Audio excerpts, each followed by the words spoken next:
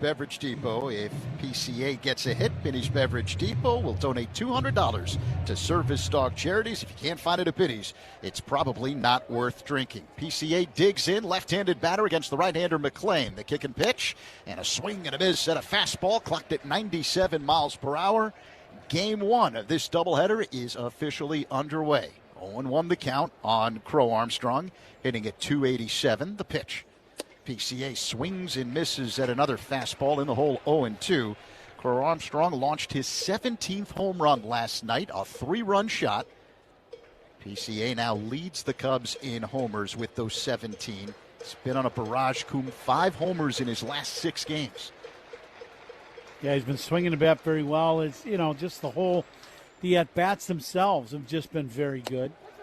Called strike 3. Got him with a 2-seamer. And PCA is retired on 3 pitches, 1 away. Well, the one thing about McLean, he's got good movement on his pitches.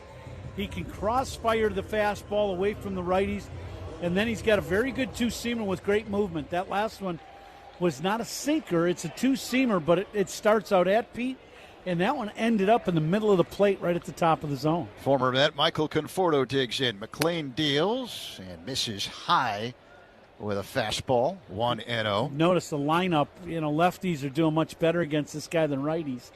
And Craig Counsell's really tried to stack the lineup with left-handers the best he can. The next pitch is a swing and a tap foul at the plate. Just got a piece of a fastball. Conforto spent his first 7 years here in New York with the Mets, was an all-star in 2017 when he batted .279 and whacked 27 home runs. Conforto hit 2 home runs in Game 4 of the 2015 World Series for the Mets. Here's the 1-1. That's a called strike. Breaking ball from McLean, 1-2. McLean's got a couple different breaking balls. He's got a little cutter. He's got a tighter breaking ball, and then more of a curve ball that really goes across the zone. As Conforto fouls this one out of play off to the left, 1-2. And to me, that the more of a curveball break, that's a pitch that if he has command of it and he's throwing it for strikes, he can really be tough. But as a hitter, you almost have to just let that pitch be and try to hit the hard stuff until he shows he can throw that pitch for a strike. Conforto loops one foul off to the right, 1-2 the count. Conforto hitting at .222 as a Cub with 4 home runs.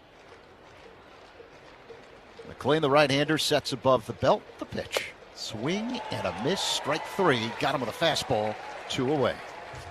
Now he's showing that, his fastball is good, but it's also at the top of the zone. Cubs hitters are going to have to do a good job of getting that ball down into the zone. That last pitch, Conforto, might have been just a little bit up. It's that 2-seamer. Same pitch he punched out Pete Crow Armstrong. Michael Busch at the plate. Another left-hander. The pitch. That one misses. Sweeper from McLean. His first inning is powered by Invesco QQQ. Let's rethink possibility. Invesco Distributors Incorporated. Another breaking ball that misses. It was near the top of the zone, but off the outside edge. 2-0 the count. Busch hitting at .244 with 8 home runs. The pitch. High and outside. 2-seamer that missed. 3-0 now with Busch at the plate. Now's a good time to mention that Michael is riding a 26-game on-base streak. Busch waits for the 3-0. McLean's ready. Here comes the delivery. Called strike, fastball, 96 miles per hour. Yeah, that's just straight heater. That was a 4-seamer inside, right underneath Michael's hands. This is where I'd be geared up for another fastball. Let's see if Busch is thinking like you. The pitch. A cutter that misses off the outside, ball 4, and Busch extends his on-base streak to 27 games. Good at bat for Michael, not chasing that last pitch off the plate away. And it was a fastball. It was that 2-seamer running off the plate.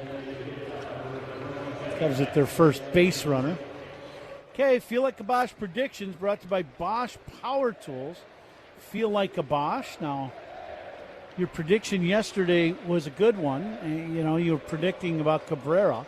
Even though he did not finish the game, he still pitched well Unfortunately, as you said, he got hurt. That pitch in for a strike to Suzuki. You feel like you're Boschish today? It's a tough one against McLean. Well, you're in your hometown. You got no choice. I'll wait for the next pitch, and then I'll give you something. Here's the 0-1. That's a breaking ball that floats into the zone for a strike. 0-2 the count on Suzuki. I'm going to predict that the Cubs are able to get McLean out of the game early and then feast on the Mets bullpen. 0-2 the count. Suzuki waits with Bush at first, 2 away. Here's the pitch. Off the outside. 1 ball and 2 strikes. I would be happy if the Cubs offense today could get him out in 5 innings. If they could do that, that would be really good. Saw you pointing to center field. Is that your section out there? Is that the family? Is that the that's not the family. Okay. I believe it's every fan of the Norway soccer team that's out there, right? The Rowers, they said, yeah, right? Is that here's the 1-2, them? and that's called strike 3. One of those two-seamers that froze Suzuki right at the top of the zone, and Bush is stranded at first base. After a half inning, we're scoreless. Cubs and Mets, game 1 of a doubleheader. On the score in the Northwestern Medicine Cubs Radio Network. Every strikeout and home run is heard right here on. You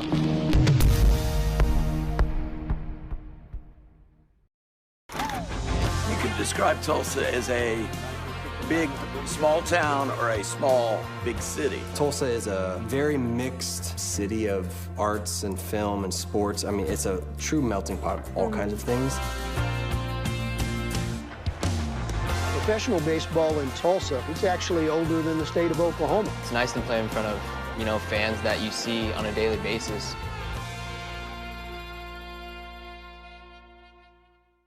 Te encantan los jugadores. Te encanta el juego. ¡Y se fue!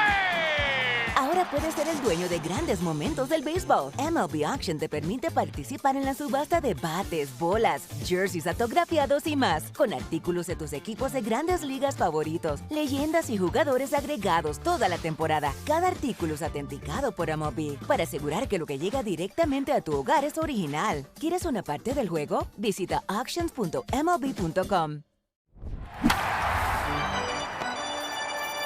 Yuengling is proud to be the official beer of the Cubs Radio Network. DG Yuengling & Son, Pottsville, PA. Hey, Cubs fans, make history with your business in the Village of Bedford Park. To learn more, contact Adam Colopy at ACOLLOPY at villageofbedfordpark.com. The uniform descriptions we gave you earlier, sponsored by Benjamin Moore. On the field or walls of your home, the right team and colors make all the difference. Official paint of the Chicago Cubs. Javier Assad works his motion and starts off Carson Benj with a fastball for a strike. 0-1. We're in the last of the first, game 1 of a doubleheader here in Queens. Cubs and Mets are scoreless. Assad working quickly. Here's the kick and pitch, and he misses off the outside with a changeup. Count is 1-1. Assad, one of those fill-in starters who's done a really nice job taking over for the injured Jamison Tyone. The 1-1. And a line drive base hit down the right field line. This will roll all the way to the corner. Around first, racing for third is Benj, as Conforto quickly gets the ball back into the infield. But a leadoff double for Carson Benj and the Mets. Now Benj gets this little change-up, and it stays up and inside. It's not where Javi wants it. He wants it down and away. It's up and in the strike zone, and Benj hooks this ball down into the corner for a leadoff double. So here comes another left-handed hitter, A.J. Ewing, the Mets center fielder, batting .260 in this his rookie season with a couple of home runs. Pedro Ramirez manning third. He's playing even with the bag, wide of third. The pitch. Called strike, fastball from Assad, 0-1. Austin Jones, the home plate umpire tonight. John Bacon at first. Jordan Baker is the crew chief. The pitch, whack foul off the netting behind home plate by Ewing, 0-2. And Junior Valentine is manning third. The announcement of the umpire, sponsored by Old National Bank, where relationships and results matter. Benj at second, no one out here in the bottom of the first. The 0-2. Ewing swings, and it's a high fly ball deep right center field. Ranging over, Conforto makes a backhanded catch against the wall. Tagging and advancing to third is Benj, but an excellent play in right center by the former Met, Michael Conforto. Conforto's got a lot of time playing out in this outfield here at Citi Field, and he makes a nice catch. He goes out and gets this ball. When it first leaves the bat, you're thinking this might be another extra base hit, but he does a good job of getting to it, making the catch, and then knowing that this wall is padded, kind of slams into the wall. Bo Bichette at the plate, infield in for the Cubs. The pitch is a called strike. That two-seamer from Assad, 0-1. Bichette hitting at .251, 9 home runs, 44 RBIs. One down, bottom one, no score, but the Mets threatening with Benj at third. Here's the 0-1 to Bichette. Fouled off the protective netting right near the Mets dugout along the first base line. You had some bodies scurrying, including the manager, Carlos Mendoza. That was a shot. I think it hit the crossbar that everybody's leaning on right in front of everybody.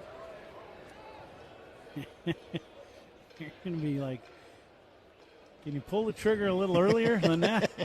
That's a wake-up call. Here's the 0-2. That just missed a fastball from Assad. So 1-2 the count on Bichette, right at the bottom of the zone. Close pitch.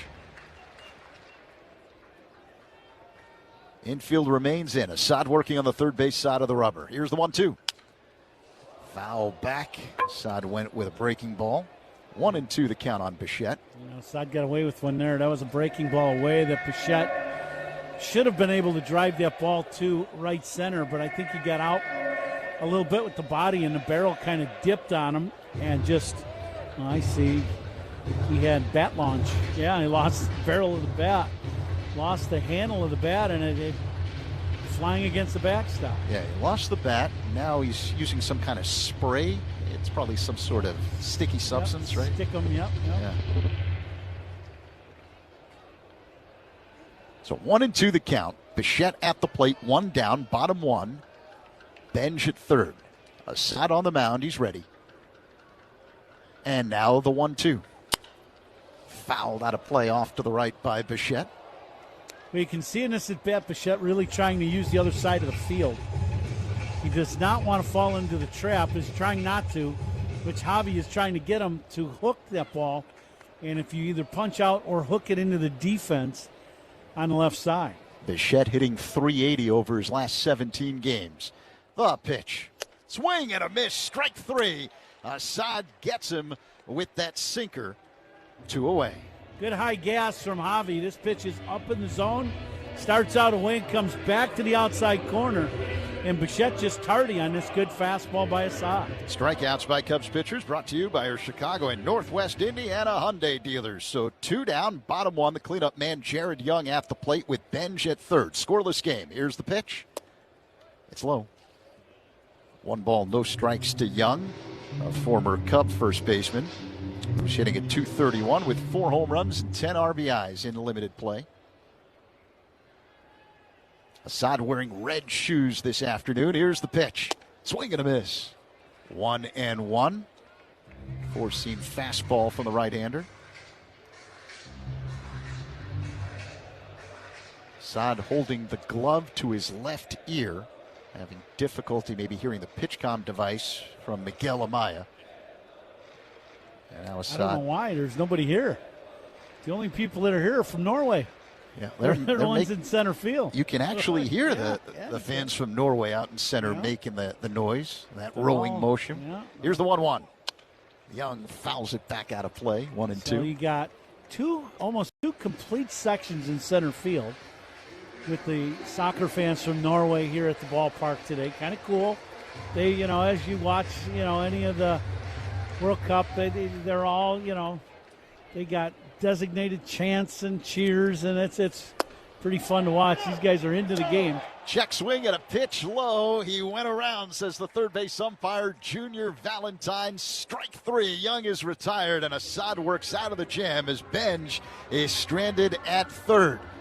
So the Norway fans must be helping Assad and the Cubs. After 1, scoreless, Cubs and Mets. Game 1 of a double dip on the score in the Northwestern Medicine Cubs Radio Network.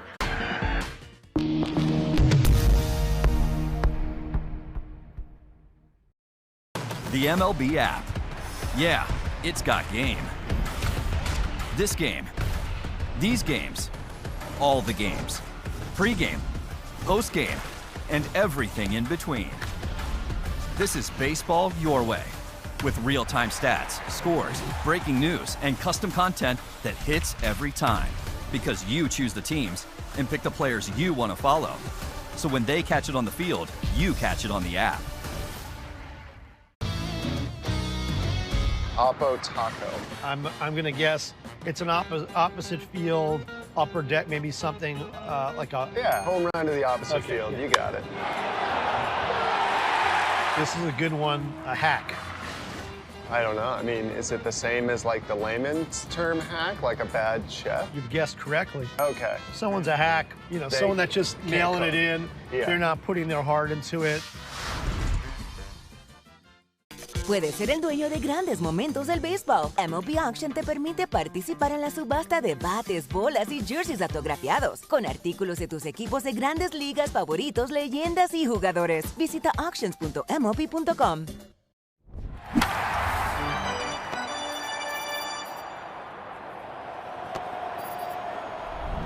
Great clips. It's gonna be great. Ian Happ at the first pitch from Nolan McLean is in there for a strike, a fastball to begin the top half of the second inning. Game one of a doubleheader here in Queens. Cubs and Mets are scoreless. Happ hitting at .228. Here's the pitch. Breaking ball swung on and missed. Happ in a hole 0-2. In the background, you can hear the Norway soccer fans cheering. I think they're just cheering for your broadcast. They know you're back home. Well, you're part of the broadcast, too. Here's the 0-2. That's low, 1 ball and 2 strikes. But I only lived here for a year. This is hometown for you. They don't live here. They live in Norway. The World Cup is being played at a number of different U.S. sites. Here's the 1-2. Happ swings and lines one in the power alley in right center field. This will bang off the base of the wall. Happ on his way to second base. Gets there standing up. Nice start to the second inning for Ian Happ and the Cubs. Well, Ian gets that breaking ball, and it stays up and in the middle of the plate. I think what Glenn wanted was this ball to stay on the outside and be a backdoor hook, but it didn't stay outside, and Ian just missed a home run as he bangs it off the 380 mark. Yeah, in front of those fans from Norway in right center field. So Happ immediately in scoring position after his 15th double of the year. And here comes Nico Horner. Corner infielders playing in for the Mets. Now time called as McLean goes to the back slope of the mound, plays with a rosin bag, and will step on the rubber. Doubles by Cubs batters, sponsored by Southwest Airlines. Reliable, comfortable, convenient. Southwest just makes sense. Righty-righty matchup. McLean to Horner. Here's the pitch. And a ground ball foul off to the right. So this is the one thing, as you were saying, how you think they're playing defensively. And that's kind of a bunt defense. I just don't understand. I get the third baseman playing in, but the first baseman, there's no way that Nico is going to look to bunt here, though, especially as good as he is at shooting the ball the other way. Now they've gotten back to more of a conventional defense. The 0-1. That's inside to Horner. A fastball at 96 miles per hour. Count is even at 1-1. The second inning is brought to you by Sea Glass Wines, delivering crisp, refreshing flavors that hit every time. Happ at second, no one out here in the top of the second. The pitch. High and tight. 2-1 the count with Horner at the plate. See if Nico gets good pitch to hit here. He's going to try to shoot this ball towards right center if possible. The 2-1 delivery. Nico fouls it out of play off to the right. 2-2. Got a little inside fastball, but he put an inside-out swing on that pitch, trying to shoot it the other way to advance, at least advance half to third with one out. Nico trying to get it going offensively again. It's been well documented, his slump. The 2-2 up high. So Horner has worked a full count. Fastball for McLean, it's a good one. He's, up in the higher 90s, 96. Sometimes he'll reach 97. Speed gun powered by Xfinity. Reliable Wi-Fi at one price for 5 years. Xfinity. Imagine that. The payoff pitch. Nico bounces one softly wide of first, fielded by Young. Underhand toss to McLean, covering the bag in time. The throw was a little high. McLean had to jump up and kind of skip to first, but he beats Horner to the bag. One away, advancing to third on the play. Happ. Well, the at-bat works for the Cubs, and a very good at-bat for Nico, giving up the AB to advance Happ to third. Young, not a natural first baseman, and you could see it there. He fielded the ball fine, but the flip, just awkward, and he almost tossed it over the head of McLean. Pedro Ramirez will dig in, switch hitter batting from the left side. Infield in for the Mets with Happ at third and one away. Here's the pitch. Ramirez takes a big cut and misses a sinker, 0-1. And I say sinker, but it's a two-seamer near the top of the zone off the outside edge. McLean's ready. Here's the 0-1. A swing and miss by Ramirez at a slow-moving breaking ball, 0-2.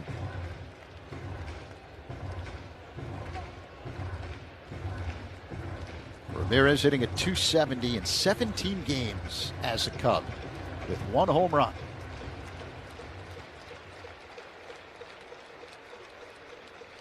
Now the 0-2.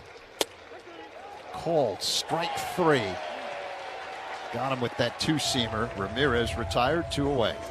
Well, that's a pitch. When you get behind in the count as a hitter, that's his put-away pitch is either the breaking ball to the righties or that two-seamer to the lefties where he starts it out at your front shoulder because he's pitching at the top of the zone and then it runs back over the plate, and you got to be prepared for that pitch. Miguel Amaya stands in, right-handed batter against the right-hander McLean, and the pitch is bounced softly off the glove of the pitcher McLean in front of the mound. He retrieves and throws to first in time to get Amaya out number 3. Happ stranded at third. Middle 2, Cubs and Mets are scoreless on the score in the Northwestern Medicine Cubs Radio Network. Covering every Cubs game all season long.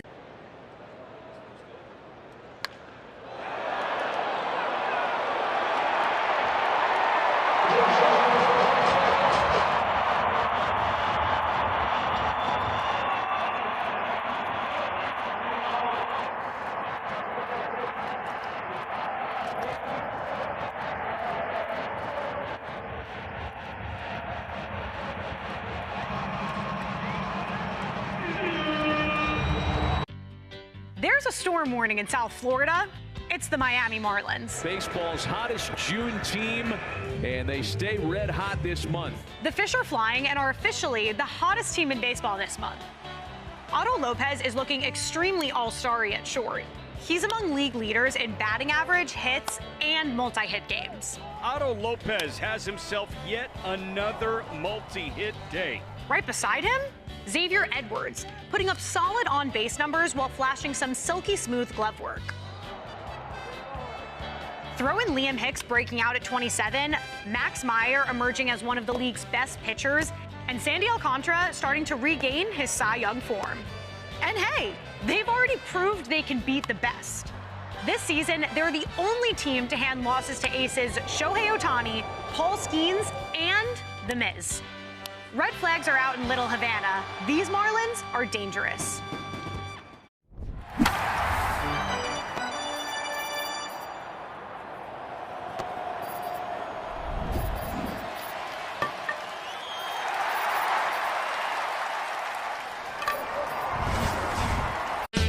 On Friday, July 17th, the Cubs take on the Twins at 7:05 in the evening. Up to the first 5,000 early arriving fans in the Budweiser bleachers. 21 and older receive a Cubs 1940s, 50s replica jersey presented by Budweiser. Be sure to arrive early. Have you seen those jerseys yet? I have. What do they look like? I like them. They're not too far off from what Cubs are wearing. Javier Assad deals and starts off Francisco Alvarez with a cutter off the outside to begin the bottom half of the second inning. Scoreless game, Cubs and Mets, the opener of a doubleheader, day night. If you like it, I like it. Here comes the 1-0. Outside, 2-0 now on Alvarez. Because you're big into the replica.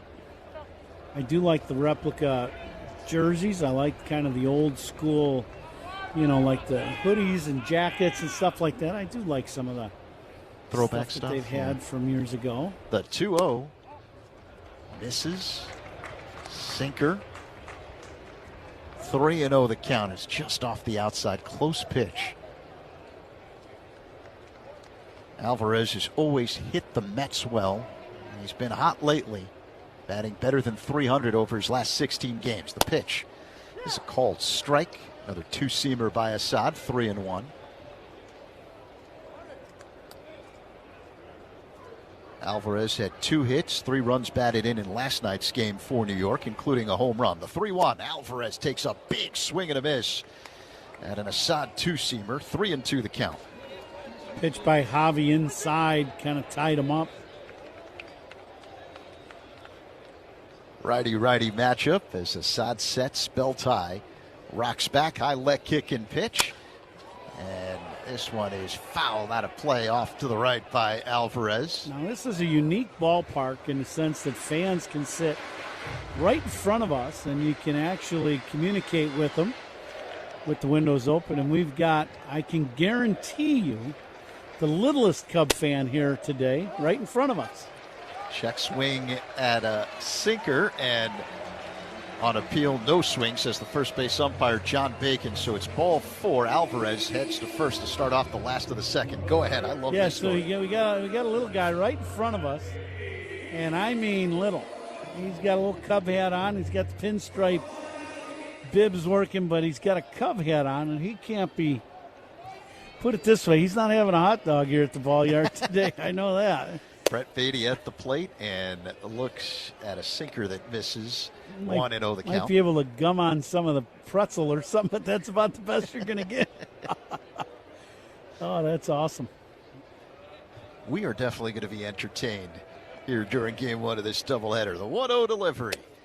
Beatty takes a pitch up high, a fastball that missed, 2-0. Now he's got to get back down into the zone. He's missed. Trying to be a little too fine. He had one pitch in the last at-bat to Alvarez that missed his location, but could have been called a strike in the outside corner. They wanted it in, and he threw it away. Didn't get the call. Time called. Defensive alignment, sponsored by Fitzgerald Equipment. Material handling handled. Learn more at FitzgeraldEquipment.com. Cubs playing straight away against Beatty.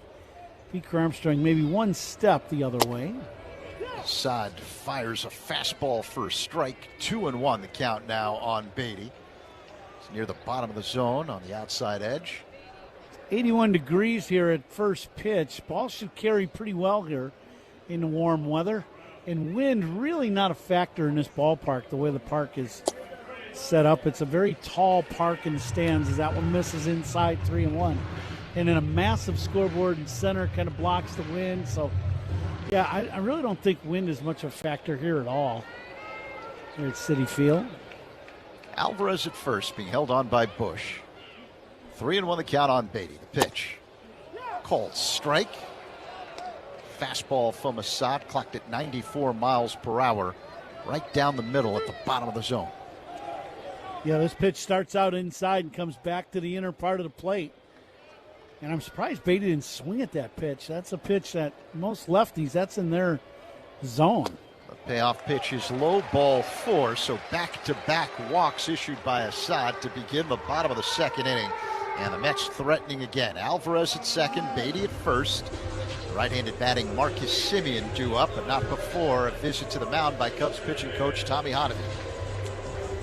Well, I'm sure Tommy's going to go out there and talk to Javi just about being on the attack. You know, the one thing about Javi is he's got good movement on his pitches, but you've got to be in the zone. And I think right now you've got to trust your stuff and be on the attack in the strike zone. Now the home plate umpire Austin Jones breaking up the mound meeting. Bottom of the second inning, Cubs and Mets are scoreless. It's the first of 2 games today between these two. Mets threatening, men at first and second with no one out. Marcus Semien due up. Simeon is a lifetime .291 hitter against the Cubs, but he's only at .216 this season overall with 9 home runs. Assad working third base side of the rubber. Here's the pitch. Off the outside, missed with a cutter to Simeon. 1-0. Alvarez at second base, Beatty at first.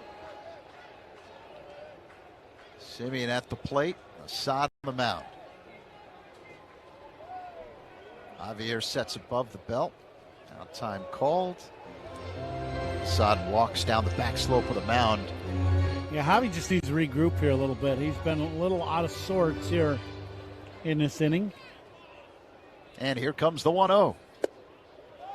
Low and outside. So on a cutter and then that two-seamer, and he pulled both of them down and away.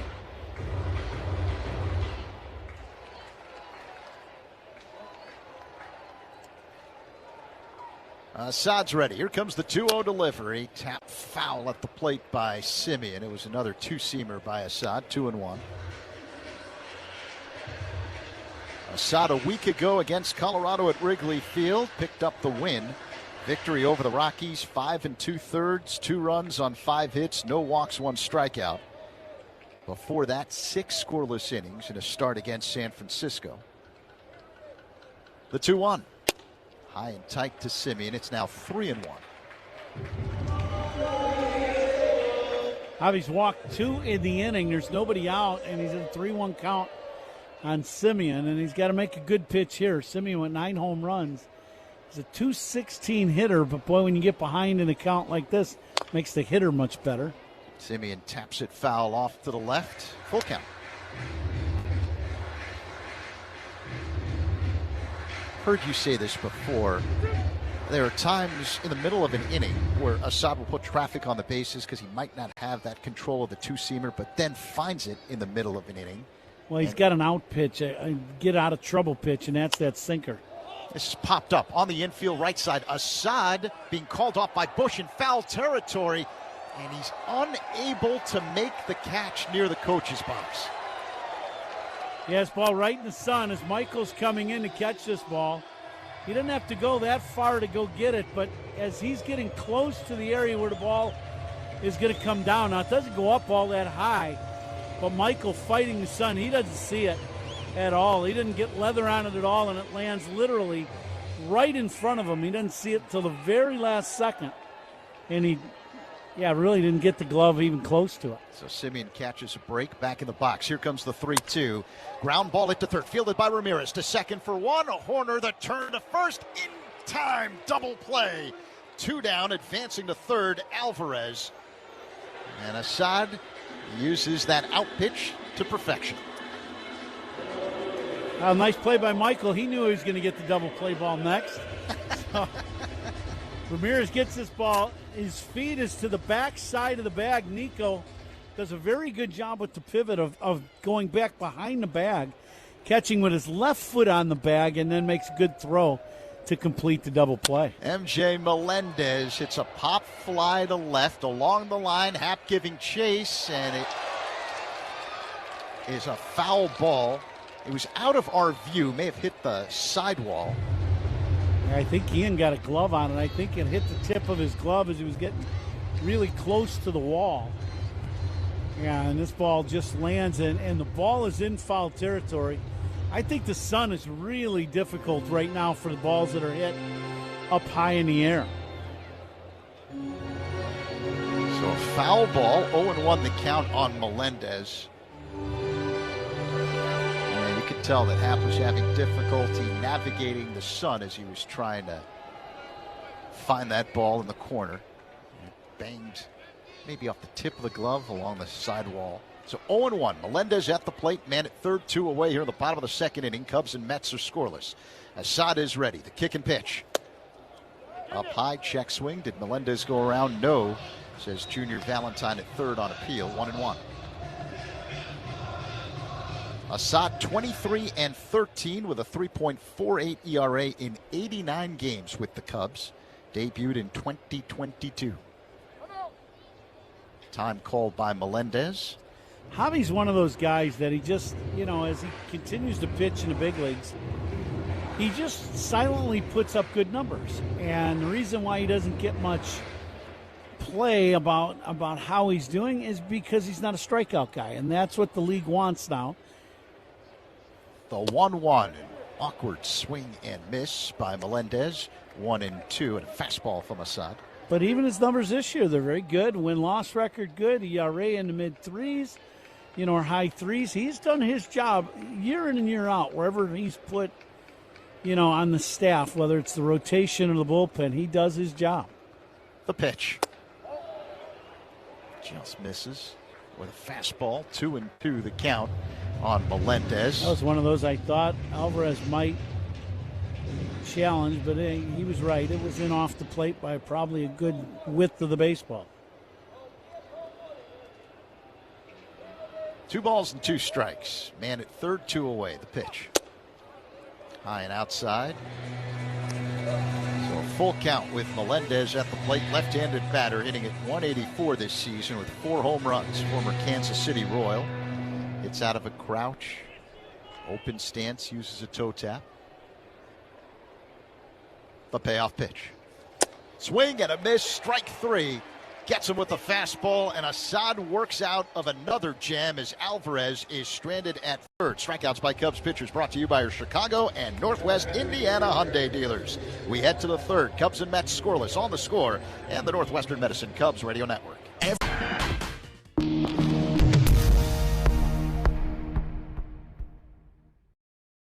We like to stay on topic here, but Squirrel. What? Where? Squirrel. Where?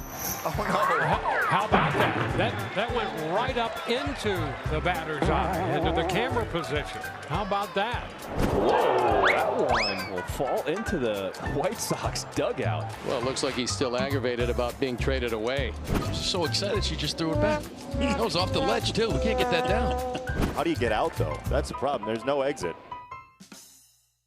All your favorite games from MLB Play are back, bigger, bolder, and better than ever. Test your skills with daily puzzles like MLB Pickle, the ultimate mystery player challenge, and Immaculate Grid, where stats and strategy collide. Then in Spinball, build your roster, take on your friends, and compete for the weekly prize. Or be the first to beat the streak and hit your way to the $5.6 million jackpot. Plus, the all-new Daily Walk-Off. Lock in your players by category for the walk-off win. The game's official home for games is MLB Play. Only on the MLB app and MLB.com. Two-run double.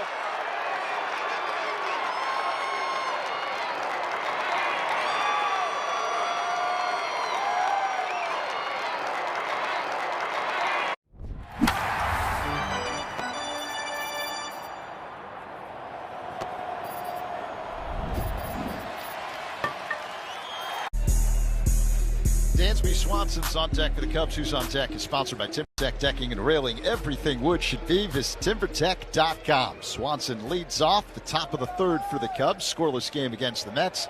Nolan McLean deals, and Swanson looks at a fastball for a strike. 0-1. There go the Norway soccer fans in the background again. You can hear them all the way out in center field. McLean deals.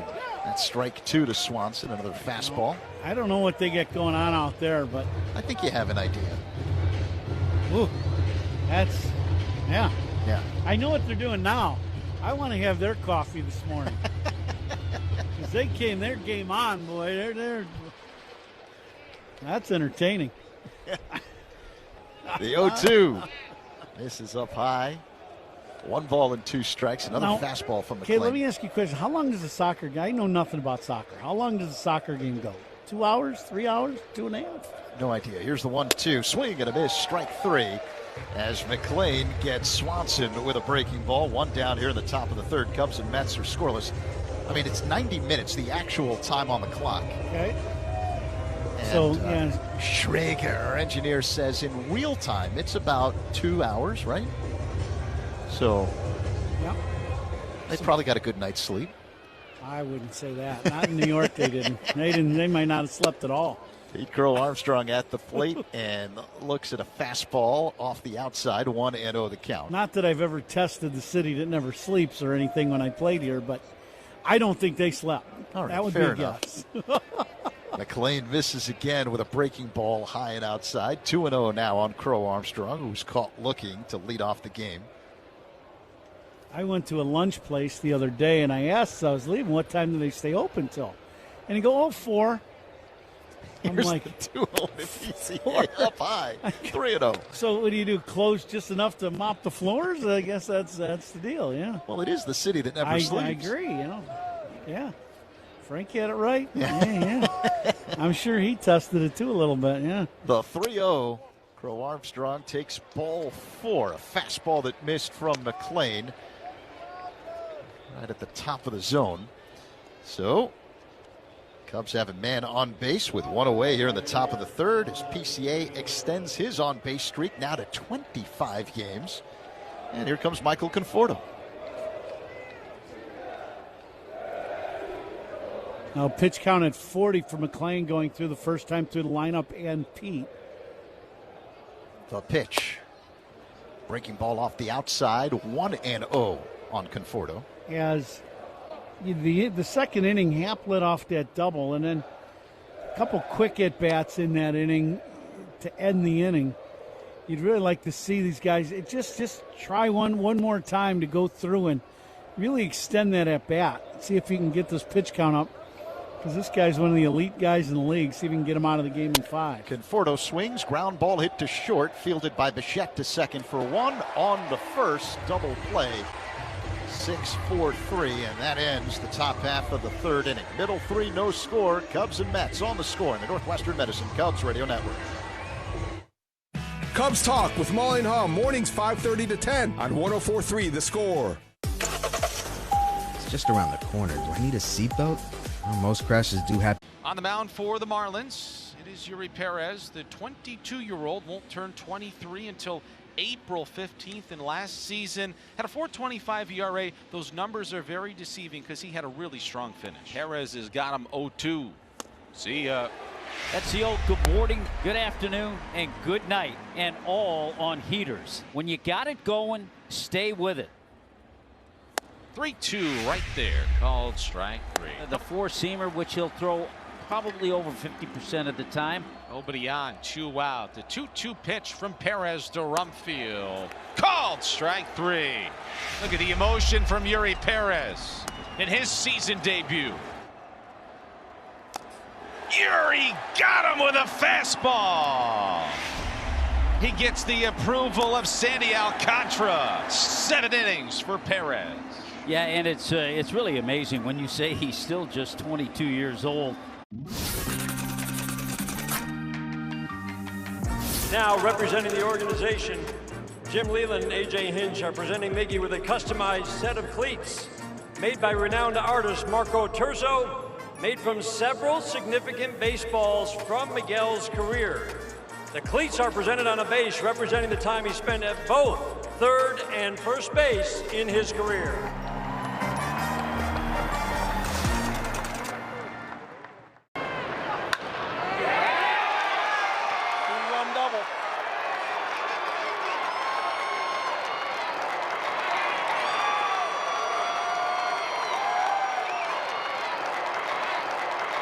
Temperature sponsored by Circa Sports. Sports betting the way it should be with no bet fees. Luis Torrens, Carson Benj, and A.J. Ewing due up here in the Mets half of the third against Javier Assad. Torrens in the box. Here comes the pitch by Assad. It's a called strike. That's sinker. 0-1. Third inning brought to you by Consumers Credit Union. People in your corner who stand up for you wherever you go. That's Consumers Credit Union. The 0-1. This one bounces all the way to the backstop. A sweeper that missed. 1-1 the count. We've got to play the Binny's Beverage Depot attendance game. If you can't find it at Binny's, it's probably not worth drinking. Assad rocks back. High leg kick and pitch. The 1-1 is a called strike. The two-seamer from Assad. 1-2 the count on Torrens. Didn't like the call. It was right at the bottom of the zone down the middle. Torrens turned around and looked at home plate umpire Austin Jones. 1-2.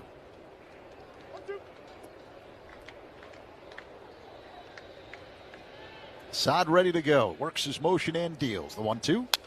Foul back off the screen. did not anticipate the arrival of every Norway soccer fan in the United States being in center field. That might change the dynamic of the attendance game slightly. You can hear them in the background. Here comes the 1-2. Off the outside, off the glove of Amaya, and rolls all the way to the bricks behind the plate. 2-2 the count.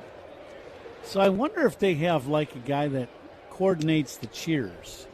You know what I mean? Like, is there a guy that, sometimes they row, then they did this clapping thing, but they all do it. Like Cole, strike 3, sinker from Assad that freezes Terens. He did not like the call, but will not challenge. Thought it was off the outside.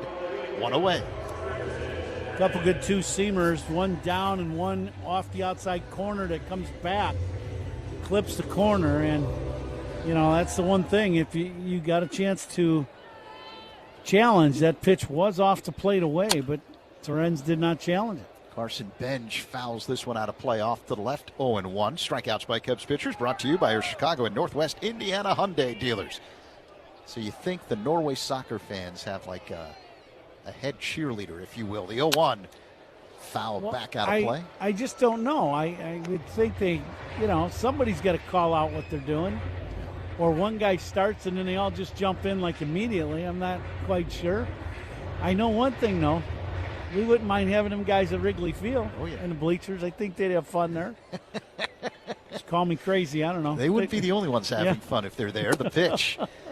This is off the outside. 1-2 the count on Benj as Assad went with a curveball. I would say there's under 10,000 people in the stands here. And the Norway folks are enjoying it. Yes.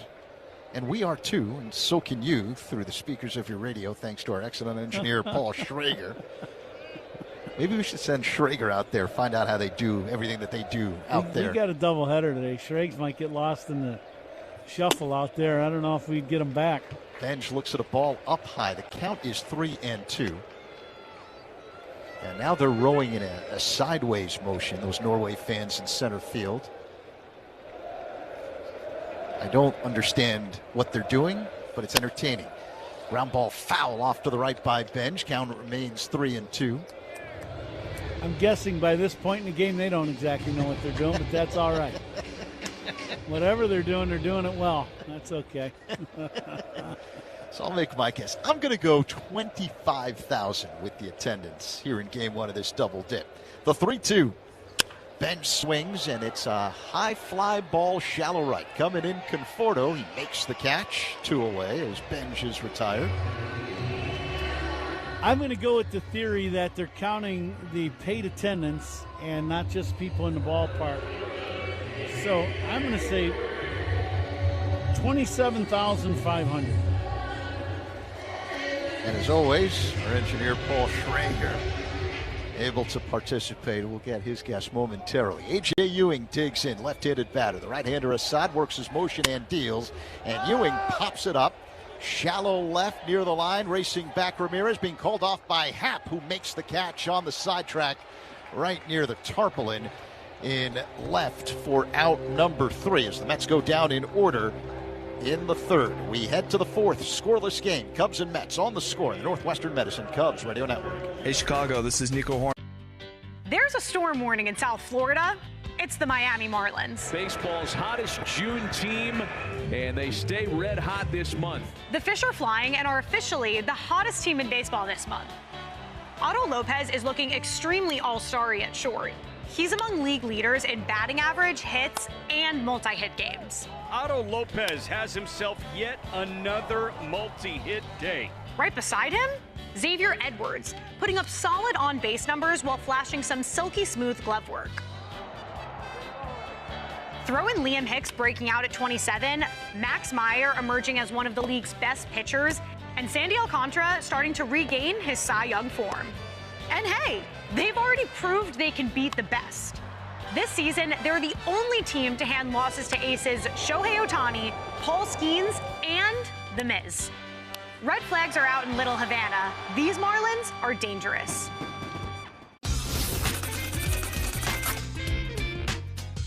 Tip of the cap, and now here we go. He gets Larry Walker. And here he is. He's going to face him right-handed. Why not? He looks like a catcher hitting.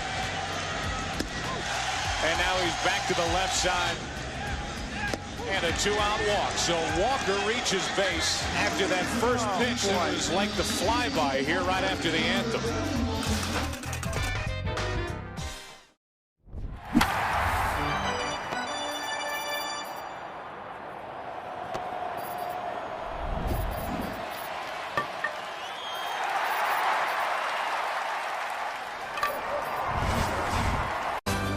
Game one of a doubleheader here in New York. Cubs and Mets are scoreless. We begin the top of the fourth. Michael Busch stands in. Nolan McLean deals. And Busch fouls it back off the screen. That almost nailed Seiya Suzuki, who is near the on-deck circle along the third base line. 0-1 the count. Get you a station identification here shortly. McLean didn't like the baseball. Throws it in the direction of the Mets dugout along the first base line. Gets a new ball from the home plate umpire, Austin Jones. Ready for the resumption of play. Busch waits. Here's the 0-1. High and tight. You could hear Michael scream as he thought that one was going to hit him. A cutter. 1-1. McLean, third base side of the rubber. Here's the pitch. Busch swings, pops it foul out of play off to the left. Let's pause 10 seconds for stations to identify themselves on the score and the Northwestern Medicine Cubs Radio Network. Talk Cubs with us. Spiegel and Holmes, afternoons 2 to 6 on 104.3 The Score. On Odyssey Sports Station, WSCR, WSCR-FM, and HD1 Chicago. Alongside Ron Coomer, Zach Zaidman in for Pat. Game one, doubleheader, scoreless game. Cubs and Mets here in the top of the fourth. Michael Busch waits for the 1-2, and that one hits him. That's that breaking ball. Did not swing, and this one gets him pretty good. Michael, usually a guy that just kind of goes down to first, whether it hurts or not. I think this one might have got him in the knee. I'm not 100% sure where. It got him in the leg, either knee high or lower, but this one got him good. We're going to take a look here. It's a slider. Oh, yeah, it gets him in the back knee. Oh. It's that big sweeping hook that he's got that he doesn't throw it for a strike too often, and this one keeps boring in on Michael and hits him right on the inside of his left knee, and that is going to hurt. You could hear him scream as he was hit. Trainer Nick Frangella taking a look at Busch. Manager Craig Counsell is alongside, and Frangella will slowly walk Busch all the way to first base. Counsell will join them. Michael thinking about trying to run a little bit just to get some movement. Sometimes there he goes. Now he's going to try to run. He's still hobbling pretty good, but he'll stay in the game, I would think. That one hurt. That one, whenever you get hit in the knee, whether it catches your kneecap or the inside part of your knee, that one really bites. Yeah, there's no protection there. Nope. So Busch is going to stay in the game. He's at first base. Seiya Suzuki will dig in. Seiya is the Cubs' cleanup man this afternoon in the opener of this doubleheader. Cleanup hitters for the Cubs, sponsored by Chicagoland's appliance leader, Grand Appliance. Get your all-star Samsung kitchen today at grandappliance.com. Righty-righty matchup as McLean deals. And Seiya looks at a strike, a fastball clocked at 96 miles per hour. Right along the outside edge near the top of the zone, 0-1.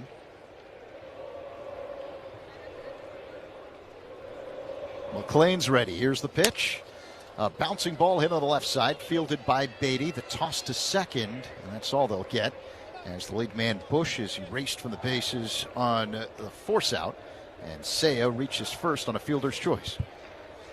Got two-seamer running in on Seiya, and it just jams him. Doesn't hit this ball all that hard, but right in the hole. Beatty, the third baseman, goes over, makes a nice play, and underhands the throw. That's how hard he was going towards second. Did not need to overhand throw. It kind of gives that underhand flip like a shortstop would to get the lead runner, Bushy. Ian Happ at the plate takes a ball inside. 1-0 the count. Happ's got the only hit so far today for the Cubs. A double off the base of the wall in right center, his first time up. Switch hitter batting from the left side against the righty McLean. Now the pitch. High. 2-0. Time to check the out-of-town scoreboard, sponsored by Club Citgo. Download the Club Citgo app, save 23 cents per gallon on your first fill-up. Just one other game currently going on in the majors, the 2-0. Another miss by McLean. That one with the two-seamer, 3-0 the count. It was low. Marlins leading the Rangers 2-1. Middle of the 7th in Miami. Griffin Conine with an RBI double for the Marlins. The 3-0 to Happ. Did that hit him? Yep, got him in the backside. I think that was another breaking ball of McLean's. He's upset with himself. He's hit Michael Busch with the breaking ball inside, and now that was a cutter inside, and it hits Ian Happ. And I think literally it hit him in the backside, maybe the right hip area. Now time called by the Mets. Justin Willard, the pitching coach, jogs out to the mound to have a conversation with McLean, and catcher Luis Torrens joins in. Cubs threatening. They've got men at first and second now after Happ gets hit by the pitch. Nico Horner due up, just one away here in the top of the 4th of this scoreless game. Fairly quick meeting. Coming to you live all season long from the Invesco QQQ broadcast booth, proud partner of the Chicago Cubs. And let's see if Nico can get him a good pitch to hit. He had a quality at bat in his first at bat, getting the runner Ian, who led off the inning, shot one the other way to get him to third, but Cubs stranded him there. See if Nico can drive in a run. Suzuki at second with only one out. Now the pitch. Swing and a miss. Horner took a hefty cut. Ended up off balance, falling over. On the home plate side, 0-1 the count. Fastball 97 miles per hour. As Kuhn mentioned, Suzuki at second, Haps at first, just one away. Top of the 4th, no score. Game 1 of a doubleheader between the Cubs and Mets. Horner waits, now the 0-1. And a bouncing ball hit on the right side, fielded behind the bag by Young. He jogs to the cushion in time for out number 2 as Horner is retired. The runners advance. So Suzuki now at third, Happ at second, but 2 away for Pedro Ramirez. I think what we're seeing is Nico, starting to use the other side of the field. But the thing that he's going to have to do is he's got to lay off that ball inside. That's not a strike. He was really wanting the ball in for a while to try to do more, to pull the ball more and get it elevated. And then we saw that his batting average has dropped. So he's really trying to use the other side of the field. That pitch to Ramirez missed wide. But now the last step of that to really get him back on track is to lay off that inside fastball until he has to hit it. So if he's ahead in the count, he does not have to swing at that ball right on the corner inside. Ramirez takes a big swing and a miss at a sinking fastball, 1-1 the count. Yeah, that is not noise in the background that you hear from the stadium operators. That's actually the Norway soccer fans. The pitch inside to Ramirez, 2-1. Could you imagine being in a stadium and you got 40,000 of them doing that? Man, that's got to be intimidating. I might have to go to Norway. That's pretty good. Here's the 2-1. Ramirez takes a strike, slow-moving breaking ball that spun into the zone, 2-2. Now, I don't know a dang thing about soccer, but it can't be all bad if they're having that much fun. I would agree with that 100%. It's a little different than Go Cubs Go. Yeah, but they got their own thing. It's just good. No, they're into the game. I think the concessions are doing good around them too. Yeah, no kidding. Here's the 2-2. Ramirez swings and misses at a pitch in the dirt. Torrens scoops up the ball and flips to first. Strikeout 2-3. Cubs leave men at second and third to end the top of the 4th. Middle 4, no score. Cubs and Mets on the score in the Northwestern Medicine Cubs Radio Network. Hey, Chicago. All your favorite games from MLB Play are back. Bigger, bolder, and better than ever. Test your skills with daily puzzles like MLB Pickle, the Ultimate Mystery Player Challenge, and Immaculate Grid, where stats and strategy collide. Then in Spinball, build your roster, take on your friends, and compete for the weekly prize. Or be the first to beat the streak and hit your way to the $5.6 million jackpot. Plus, the all-new Daily Walk-Off. Lock in your players by category for the walk-off win. The game's official home for games is MLB Play. Only on the MLB app and MLB.com. And And there's a shot into left field. Stanton on his way around to score. The Yankees are on the board. First, it's 1-0 New York. Bouncer headed up the middle, and that's going to get through and drive in a couple of runs. Cranked up and sent into the right center field gap. McMahon's going to score easily. They're going to wave Wills around. Plays to third. 5-0 New York. Another one head for no man's land, but Harrison Bader read it well. Former Gold Glover comes up to make a very nice catch for the guy they call Big G, who has driven in a run with the third straight hit to open the 5th inning.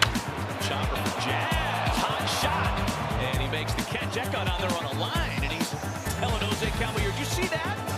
I could watch Jazz Chisholm play. I mean, he plays with such joy. Only David Cohn, Ron Guidry, and Mel Stottlemyre had opening day starts of 6+ innings with 2 or fewer hits and no runs allowed.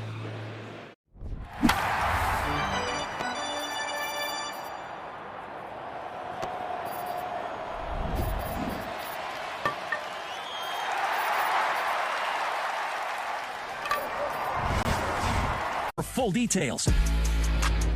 Spiegel and Holmes talk Cubs baseball on Chicago Sports every weekday from 2 to 6 on 104.3 The Score and the Odyssey app. Bottom 4 here in New York. Cubs and Mets are scoreless. Javier Assad on the mound. Bo Bichette at the plate, and the first pitch off the outside for ball 1. Our engineer Paul Schrager has decided to participate in the Vinny's Beverage Depot attendance game, and he's made his guess. Here's the 1-0. Bichette looks at a strike. Sinker from Assad, 1-1 the count. Right near the bottom of the zone on the outer half. Schrager going with 24,999. Trying to freeze me out. Here's the 1-1. Line drive, base hit to left. Knapp quickly fields the ball and fires to second to hold Bichette to a single. That's a good guess, Schrags.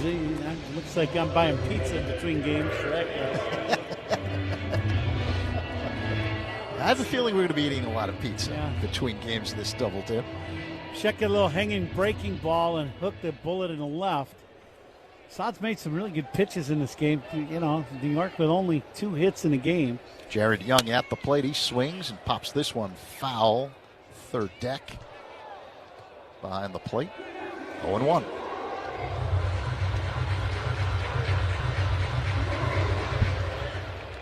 Bush holding on Bichette at first. The pitch. Young swings, drives one in the air. Deep left center field. Happ looks up. This one may go. It's gone. The Mets strike first. Opposite field home run. 2-run shot by Jared Young. And it's 2-0 Mets over the Cubs here in the 4th. Young hitting against his former club, the Cubs. And we talked about this earlier today. We really haven't seen it yet up until now. But Young has ball up and away, and this ball really carries. I was expecting it, maybe to be a bomb, but, to just make it over the wall, Oppo. And it goes all the way into the seats, which is a long way, another extra 20, 30 feet to get there. And he hit that ball a long way to the opposite field. A 405-foot blast the other way for Jared Young. 2-0 Mets. Francisco Alvarez at the plate. He drives one in the air. Deep left center field. Crow Armstrong looking up. And this one is way out of here. Back-to-back home runs for the Mets. First Jared Young with a 2-run shot. Now Francisco Alvarez with a solo job. 3-0 Mets here in the 4th. Javi's left a couple pitches up and out over the plate. Alvarez hits this ball and hooks it just to the left field side of the hitting background. And kind of same pitch up and away to Young, and he goes oppo with it. Alvarez with that straight upshoot swing. If you do click it on the barrel, it can go a long way, and that one did. 437 feet by Alvarez. Exit velocity 107 miles per hour. Brett Beatty now at the plate. And he looks at a two-seamer for strike from Assad, 0-1. Yeah, that pitch to Alvarez, kind of an odd pitch. That was a 90-mile-an-hour fastball at the top of the zone, a little two-seamer. Now Beatty drills one deep left. Happ back. Does he have a play? Yeah, he does. Right on the edge of the track. for out number 1. First Out is sponsored by Xfinity. Reliable Wi-Fi at one price for 5 years. Xfinity, imagine that. I would think if Javi threw his good fastball,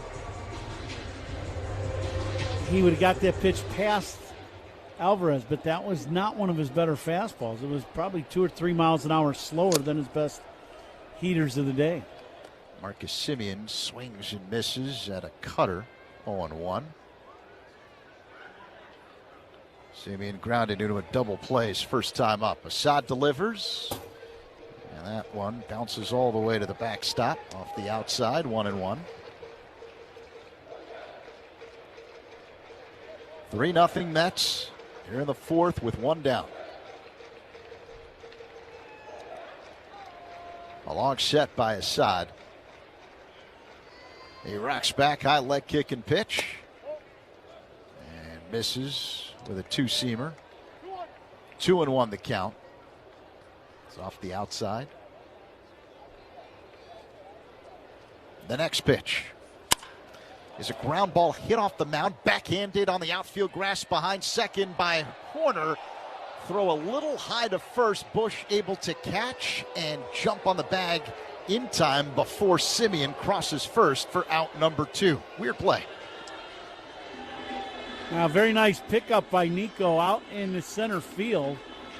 And he gets rid of this ball quickly, and that's what saves the play. As he makes the catch of this ball and then throws it, gets rid of it right away, but high. Bushy goes up and lands on the bag coming down just before Semien can get to first. So very nice play by Nico and by Michael Bush. Very difficult play. Tough plays of the game, sponsored by Loyola Medicine. Loyola Medicine defines tough. That one qualifies. Yeah. MJ Melendez at the plate, and he looks at a couple of balls. So 2-0 the count. Melendez, a left-handed batter. You can just tell by Assad's body language as he walks the back slope of the mound. He's frustrated with himself today. Here's the 2-0. Melendez taps it foul behind the plate, 2-1.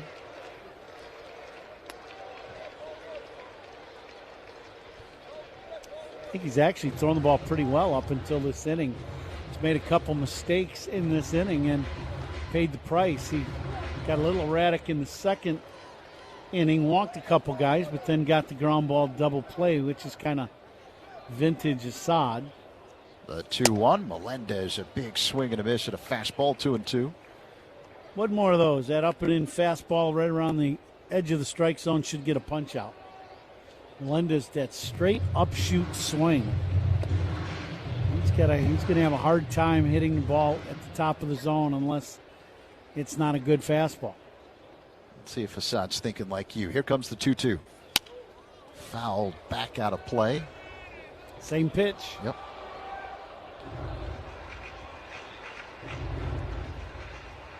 Two balls and 2 strikes. 2 away here in the bottom of the 4th. The Mets with a 3-0 lead over the Cubs. Assad works his motion and deals, and Melendez lines one to right for a base hit. Yeah, he threw Melendez a cutter inside, and that, down and in, and that really does him a favor, as this ball's right in his swing path, and he hooks this ball the other way. So Melendez at first, 2 away, last of the 4th. Mets 3, Cubs nothing. Game 1 of a doubleheader. Luis Torrens, the ex-Cub, will dig in. Caught looking his first time up. Right-handed batter, the number 9 hitter in the Mets order. Assad delivers, and Torrens looks at a ball. 1-0. 2-seamer inside near the top of the zone. Bush holding on Melendez at first. Throw to first. Melendez dives in safely.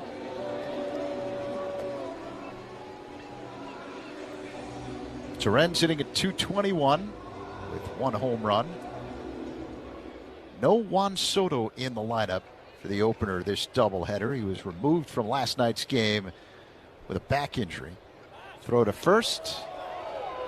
Melendez dives back in safely. There is some talk that Soto may wind up on the injured list again with that bad back.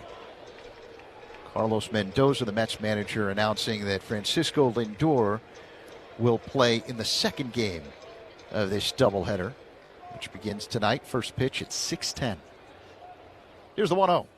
Torrens swings and pops it up, shallow left. Swanson, the shortstop, under it and makes the catch for out number 3.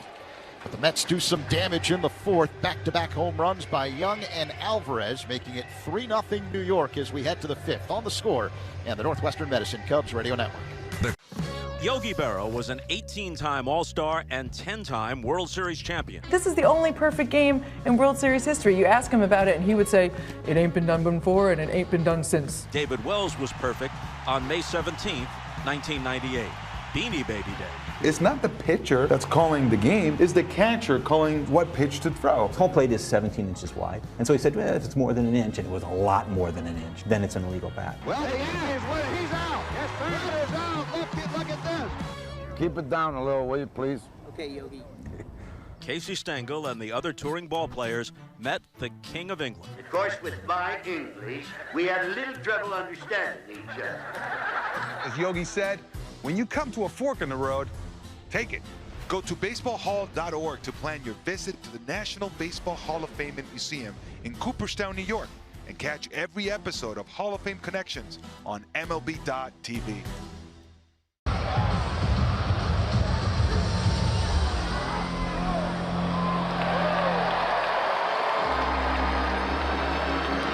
Thanks for joining us tonight and celebrating the Yoshi bobblehead.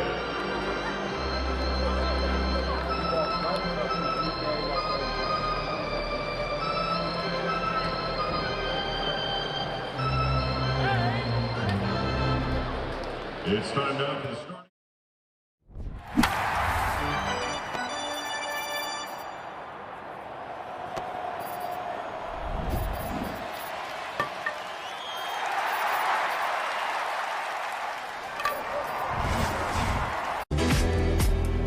Alongside Ron Coomer, Zach Zaidman with you. Top of the 5th, game 1 of a doubleheader in New York. Mets leading the Cubs 3-0. If you're wondering about Pat, he's fine. He'll rejoin us when the Cubs begin a 3-game set in Milwaukee on Friday night. Miguel Amaya stands in against right-hander Nolan McLean. So righty-righty matchup. And the pitch. Amaya looks at a ball low. 1-0 the count. Cubs have just one hit, a double by Ian Happ as Amaya looks at a strike. Two-seamer, 95 miles per hour from McLean, the right-hander, right at the bottom of the zone. The next pitch, Amaya swings, pops it foul, out of play, off to the right. I wish there was a camera on you right now. We are on radio, so I'll describe it. I don't think you'll mind. There's a 4-month-old baby, right? Yeah, he's just hanging out, enjoying a ball game, kind of. And a stroller in front of you, and you and the baby are communicating in your own special way. The 1-2, foul back off the screen by Amaya. I communicate better to the 4-month-olds. See, look at him. He's locked in. Yeah, riveted by you. Yeah, I don't blame him. Yeah. And we are too, by the way. But yeah, that 4-month-old, a captive audience. Here comes the 1-2. Amaya swings and misses, strike 3, as McLean gets him with a sinker, 1 away. Coming to you live all season long from the Invesco QQQ broadcast booth. Proud partner of the Chicago Cubs. Pretty good breaking ball by McLean, and then he goes to two-seamer. These guys get good stuff. There's no doubt about that. So 7 strikeouts for McLean so far. Dansby Swanson digs in, swings, pops it foul, out of play off to the right, 0-1. Swanson, one of those strikeout victims, his first time up. Dansby had a big game last night. 2 hits, 4 RBIs, including a home run. Over his last 7 games, Coom, he's hitting better than 300 with a couple of home runs and 7 runs batted in. So the arrow pointing up for Dansby. And the 0-1. Swing and a miss. That's that cross-fired pitch. That ball is tough to hit for a righty. That one was the cutter, but he starts out stepping at you, and then, so it gets you unless you do a really good job keeping your front shoulder in, you kind of pull off that, and then he threw the cutter and it hit the outside corner. The 0-2 delivery is a called strike 3, two-seamer. And froze Swanson. He knew it, just turned around, started walking back to the Cubs dugout along the third base line. Now one goes one direction and then the other one goes the other direction, so he's throwing a pitch to the same spot of the strike zone away. One cuts to that spot from the middle of the plate going away from Dansby, then the next one starts out off the plate and comes back to the outside corner. Strike 2 and strike 3. Pete Crow Armstrong fouls a two-seamer back off the screen, 0-1. PCA is 0 for 1 with a walk today.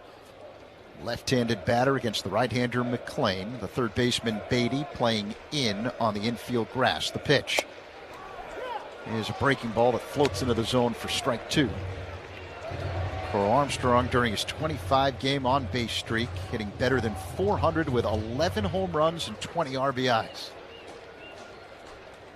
Now the 0-2. PCA lines one for a base hit to right. Big turn at first before Benj gets the ball back into the infield. But Pete Crow Armstrong now riding a 12-game hitting streak after that single to right. Yeah, a little hanging changeup here. This one, a few pitches. That's a good pitch to hit. This ball stays up and out over the plate to Pete, and he just goes out, does a very good job of letting that ball get to him. And then he hooks it into right for a base hit.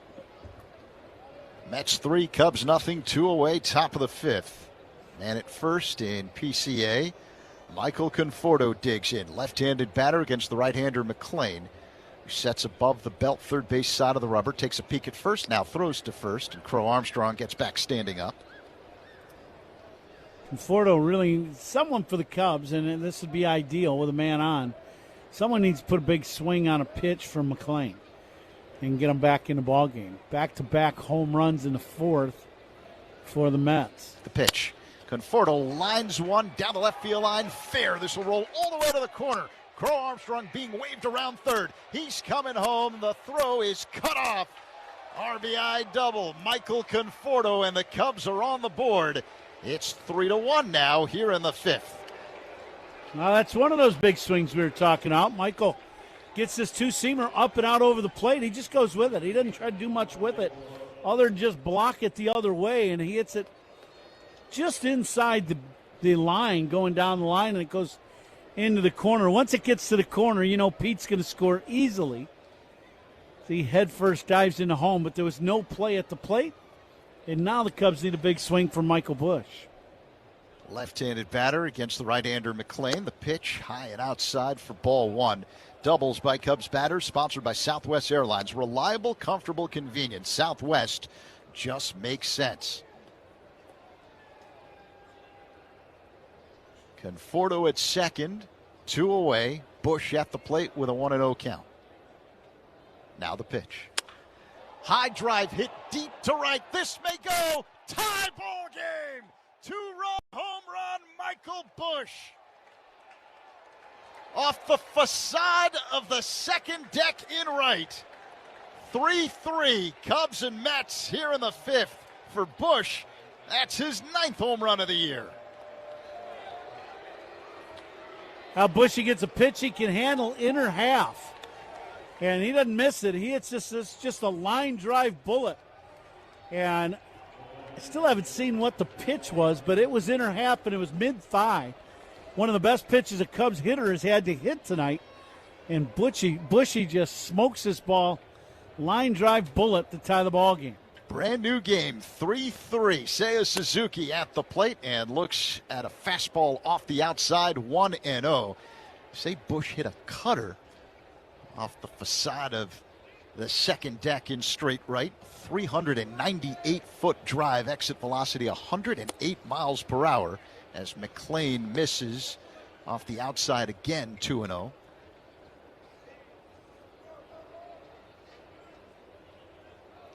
What a way to come back after back-to-back home runs against the Cubs the bottom half of the inning. Then the Cubs come back and put a 3-spot up here in the top half of the 5th. Seiya looks at a sinker low, so it's 3-0 now. And The onus is going to be on the offense for a little bit here for the Cubs, as Seiya takes a fastball for a strike, 3-1. I say that if you missed the news at the start of the broadcast, Cubs had to place 2 of their starting pitchers on the injured list prior to today's ball game. Edward Cabrera with the hamstring, Ben Brown with a neck strain. The 3-1, Seiya, big swing and a miss. It's a full count. I mean, going into today's ball game, we saw Cabrera post game yesterday, and it wasn't good. You knew he's going to be out for a while, but the surprising one was Ben Brown. And a hard hit ground ball smoked up the middle, but fielded by Simeon. The throw to first in time to get Suzuki. That is out number 3, but a very productive top of the 5th for the Cubs. They scored 3 times to tie up the ball game. 3-3, middle 5, Cubs and Mets on the score, and the Northwestern Medicine Cubs Radio Network. Join us for some. You've got to be very careful where you're going because you might not get there. But how exactly can you go from a yogi to a king to perfectos, the old professor, and pint talk? Find out on Hall of Fame Connections.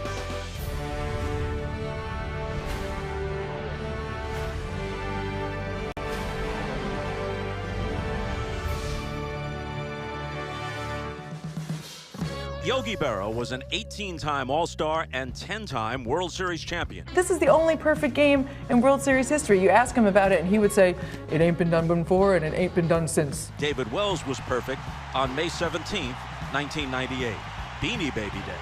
It's not the pitcher that's calling the game, it's the catcher calling what pitch to throw. The rule was, can't be more than 18 inches of pine tar. Home plate is 17 inches wide. And so he said, well, if it's more than an inch, and it was a lot more than an inch, then it's an illegal bat.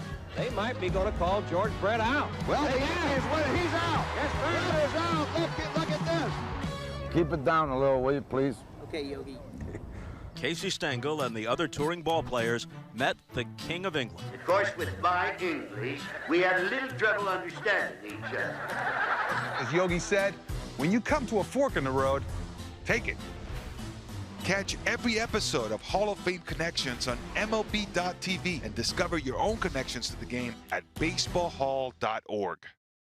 Puedes ser el dueño de grandes momentos del béisbol. MLB Auction te permite participar en la subasta de bates, bolas y jerseys autografiados, con artículos de tus equipos de grandes ligas favoritos, leyendas y jugadores. Visita auctions.mlb.com. Bottom 5, Cubs and Mets tied at 3, game 1 of a doubleheader. Javier Assad starts off Carson Benj with a slow-moving breaking ball that floats into the zone for a strike, 0-1. Third baseman Ramirez playing wide of the bag and in. Everyone else back on the infield. The pitch to Benj is another called strike fastball, 94 miles per hour from Assad, 0-2. Right at the bottom of the zone on the inside edge. Mets struck first, scoring 3 times in the 4th. Cubs tied it up in the top half of this 5th inning, scoring 3 times. Here's the 0-2. Called strike 3. Assad freezes Benj with a 95 mile per hour heater right down the middle, 1 away. As two-seamer starts out inside, stays right on the inside corner. Good pitch for strike 3. Benj knew it. He was expecting everything but fastball inside. Strikeouts by Cubs pitchers brought to you by your Chicago and Northwest Indiana Hyundai dealers. A.J. Ewing digs in, left-handed batter. Now the pitch. Up high. 1 ball, no strikes. Ewing 0 for 2. Assad working quickly, the kick and pitch. Ewing swings, drives one in the air, deep left. Hat racing back near the track, has a play, makes the catch. About halfway on the track for out number 2. Good play by Ian. This ball's well struck by Ewing, and it's right over his head, which is always a very difficult play for the outfielder when the ball goes straight over his head. So which way do you turn and which way is the ball going to slice? Ian played that ball perfectly as he caught it about 1 full step onto the track in left field. So 2 down here in the bottom of the 5th inning. Bo Bichette digs in. Right-handed batter. 3-3 game, Cubs and Mets. The day portion of a day-night doubleheader. And the pitch. Bichette lines one, diving catch to his right on the outfield grass by Nico Horner behind second base. What a play. I think that's a 1-4. I think he clips the glove of Assad, and then Nico catches it in the air. Wow. Taking a look at the replay here. Yeah, that hit off the top of the glove of Assad. Good catch, Goom, and a better catch by Nico as the Mets go down. I got these Topps 1994 baseball cards, Series 2. I collect them like everybody else did back in the 70s. Eventually threw them all away. We didn't save them, and I'm sure they're worth millions now. Let's see what I have here. Ken Griffey Jr., probably the best baseball player I've ever played with in my entire life. Oh man, Lou Whitaker, Bobby Bonilla, Bo Jackson, the best two-sport player ever.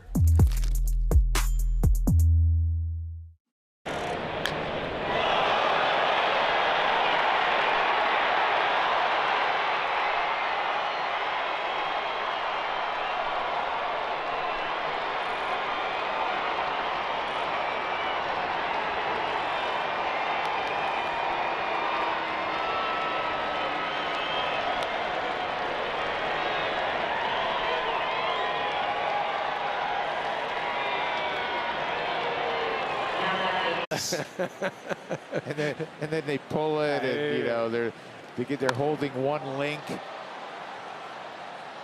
Carrick now he's going to throw off his arm. Here it comes. Throw toward third. Oh my! Out! What? Southwest from Chicago just makes sense. We're famously friendly, nonstops out the wazoo, and so reliable. In fact, the Wall Street Journal ranked us #1, first among U.S. airlines. I guess the answer to who's on first is Southwest Airlines, official airline of your Chicago Cubs. Based on WSJ's 2025 rankings, see southwest.com/WSJ. Every team needs a closer. Injured? Dial Pound Law. Morgan & Morgan, America's largest injury law firm. Proud partner of the Chicago Cubs, Morgan & Morgan, 332 South Michigan Avenue, Chicago. Nolan McLean starts off Ian Happ with a ball off the outside. Slow-moving sweeper that missed. We're in the top half of the sixth inning. Cubs 3, Mets 3.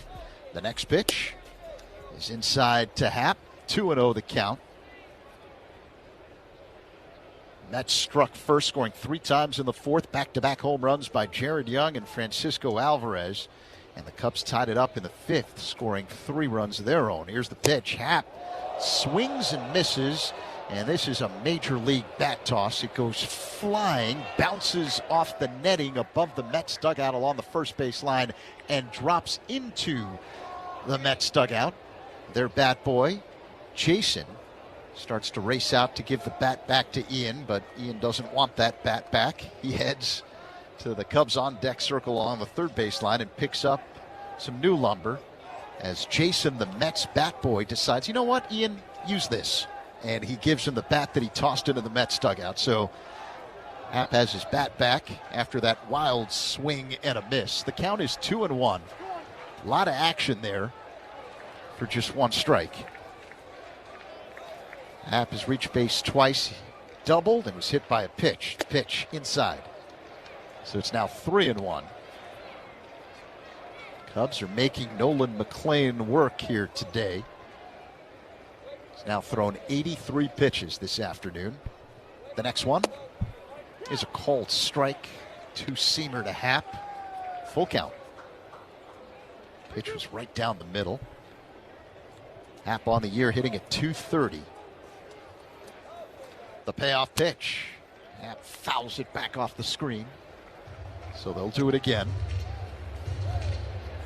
Cubs tied it up on a 2-run home run by Michael Busch off the facade of the second deck in straight right.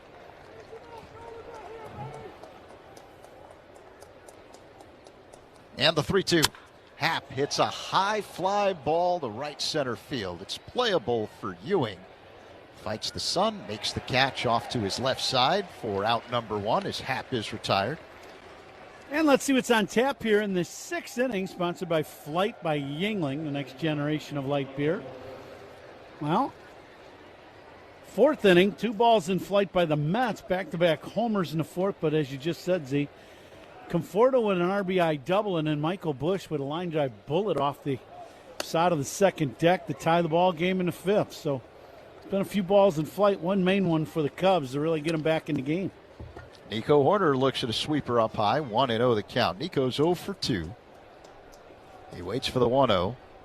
McClain works on the third base side of the rubber. The pitch, swing and a miss, 1-1. Fastball 96 miles per hour from McClain, right at the top of the zone on the inner edge.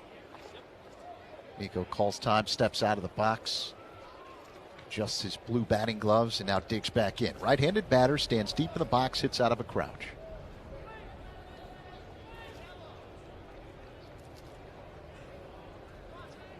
McClain facing home plate. Now he turns sideways and works the 1-1. Cold strike, two-seamer, 1-2. Another fastball, top of the zone on the inner edge. McClain peers in, gets the sign from Torrens. Here's the 1-2. And a line drive, smoke to right, racing back bench. It's over his head and bounces fair in the corner. Nico on his way to second base, gets there standing up with an opposite field double. 1-out double for Nico, and that's what we were talking on his last AB. That if you're going to get back on track and you're going to try to use the other side of the field, which he does as well as anybody in baseball, then your pitch selection has to go along with that if you can help it. Some at-bats you can't. That one you can, is he got a pitch up and out over the plate. And vintage Nico Horner, he hammers this ball down into the right field corner. Doubles by Cubs batters, sponsored by Southwest Airlines. Reliable, comfortable, convenient. Southwest just makes sense. So Horner at second base, one down here in the top of the sixth. Pedro Ramirez at the plate and looks at a ball up high. 1-0 the count. Now this at bat, Ramirez has to be somewhat patient at the plate and get a strike. I really don't think he's maybe got one strike in his two at bats so far today. Both strikeouts. McClain deals. Ramirez swings. Line drive caught at second by Simeon. 2 away. Good job by Ramirez. All you can do is hit a line drive. And he did get him a strike this time. He got that two-seamer, and it was outer third and hit a bullet, but right at Simeon. So 2 away. Horner at second base, representing the go-ahead run. 3-3 game, Cubs and Mets here in the top half of the sixth inning. Miguel Amaya stands in, 0 for 2. A ground out and a strikeout. McClain checks second and deals. High and tight to Amaya with a two-seamer, 1-0. Dansby Swanson on deck. Who's on deck is sponsored by TimberTech Decking and Railing. Everything wood should be. Visit TimberTech.com. Amaya waits for the 1-0 delivery. A long set by McClain. And now the pitch. Line drive down the right field line. Slicing foul out of play. 1-1. Some excited fans. There's not a lot of people here, and we kind of expected that for the day game with the split doubleheader. But there are some fans that weren't expecting to get a baseball that are getting a baseball today. You could hear their excitement as Amaya looks at a ball up high from McClain, 2-1. Once that girl down the line there was okay knowing she wasn't getting hit with the ball, she was some kind of fired up when she picked it up next to her. Horner at second base. Here comes the 2-1. Amaya bounces it foul off to the left. 2-2. Yeah, there's a lot of real estate in the stands, so if you have some speed, you can get some foul balls today. Cool, you're very popular in the visiting radio booth here at Citi Field. New York, I played here. It's a good place to play. Not in this ballpark, but in the other one on the other side of town. Amaya takes a fastball high and tight. It's a full count. You homered, right, in your first at-bat as a New York Yankee? Very first at-bat at home as a Yankee. Yeah. From then on, it's been all good. Yeah. The payoff pitch. Amaya lines one foul off to the left. Just foul. We'll do it again. 2 away here in the top of the sixth. Cubs trying to take the lead. Horner, the go-ahead run at second base. And a 3-2 count with Amaya at the plate. as you know, if you do well for one of the New York teams, even if you didn't play here, I just played here 1 year, they don't forget. No, the New York fans, they know their players, that's for sure. Amaya loops one. Oh, backhanded stop by the shortstop Bichette. His throw to first, not in time. Amaya beats it out for a single, moving to third corner. Now the Cubs have men at the corners with 2 away, and Dansby Swanson due up.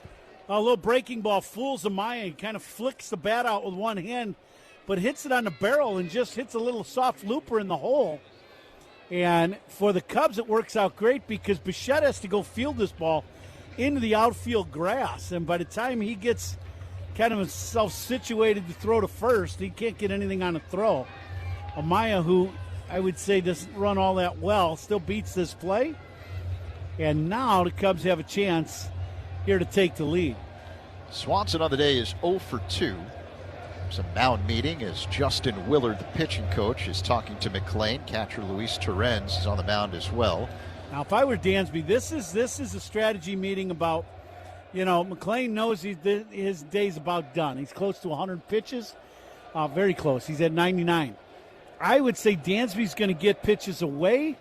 If I were Dansby in this situation, I would really try hard to hit that huge hole on the right side and drive in this run. Now Torrens calls time. He's in front of the plate, and he's talking to the pitcher, McLean. Yeah, and I think, Amaya's not going to run from first, but no matter what, they're not going to throw this ball from behind home plate to any base. They're going to try to get Dansby out. Swanson digs in. Righty-righty matchup. Men at the corners, 2 away. Here's the pitch. Off the outside. 1-0. First pitch away. I would say if you're Dansby, give up the ball inside. You're going to see pitches away, and you're probably going to get 1 or 2 good pitches to hit in the outer half. Let's see if Swanson is thinking like you. He waits for the 1-0 delivery. Here it comes. Dansby hits a high fly ball deep left center field. Ranging back is Melendez. He leaps. It's gone! 3-run home run, Dansby Swanson. And the Cubs are on top. 6-3 over the Mets. Here in the 6th inning, Dansby delivers again. Dansby gets a pitch away. I believe it's the cutter or breaking ball. Probably the cutter away, and he's on it on time, letting that ball get to him, and then he hammers this ball. As we said, this ball really carrying as this ball outer half, but he hits it right over the 370 mark. Big 3-run bomb for the Cubs, and might even be bigger for Dansby Swanson. His 3rd home run in the last 8 games. Swanson beginning to feel it. 6-3 Cubs over the Mets. Now the batter, Pete Crow Armstrong, and he swings and misses at a sweeper. 0-1. A 400-foot drive by Swanson to left center field. Exit velocity 105 miles per hour for Swanson. His 10th home run of the year. Covering the ball away has been the resurgence here in the short term of Dansby. Being able to let that ball carry and cover the ball away. And now he's hooking this ball to left center instead of pulling off it. Big swing of the bat. Crow Armstrong swings and misses at a curveball in the hole. 0-2. Swanson hitting better than 300 now over his last 8 games. And the 0-2. Swing and a miss, strike 3. Crow Armstrong is retired. But one big swing puts the Cubs ahead. Dansby Swanson, a 3-run shot, middle 6. It's the Cubs on top of the Mets, 6-3 on the score, and the Northwestern Medicine Cubs Radio Network. Hey Cubs fans, it's Michael Bush. Listen to every game here on the Chicago Cubs Radio Network. There are trucks.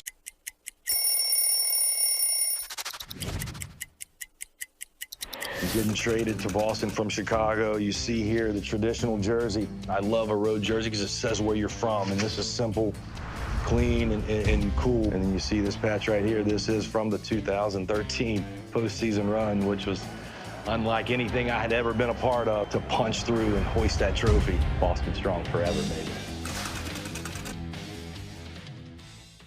3-2 to Stewart. And he threw it right by him for strike 3. So he came with a couple of 4-seamers to get Stewart and end the inning. 1-2-3 for McLean. No score. Oh, now you know. They missed a well, they can watch the replay as Lowe takes a high strike for strike 3. Nate Tomlinson punches him out. Second strikeout for McLean, who's retired the first 4. It is very much a borderline strike. That sinker is not as high a velocity. He's not overthrowing. There's a nice back door. And then you get your rhythm. Maybe we'll come back to the back 3 strikeouts. So you were talking about the down breaking ball. That's the down break. Yes, a little bit of down. Doubled to Nathaniel Lowe in the 6th, and that's been it. Curveball struck him out. Well, his fastball has set up his secondary. He has come out a different pitcher today.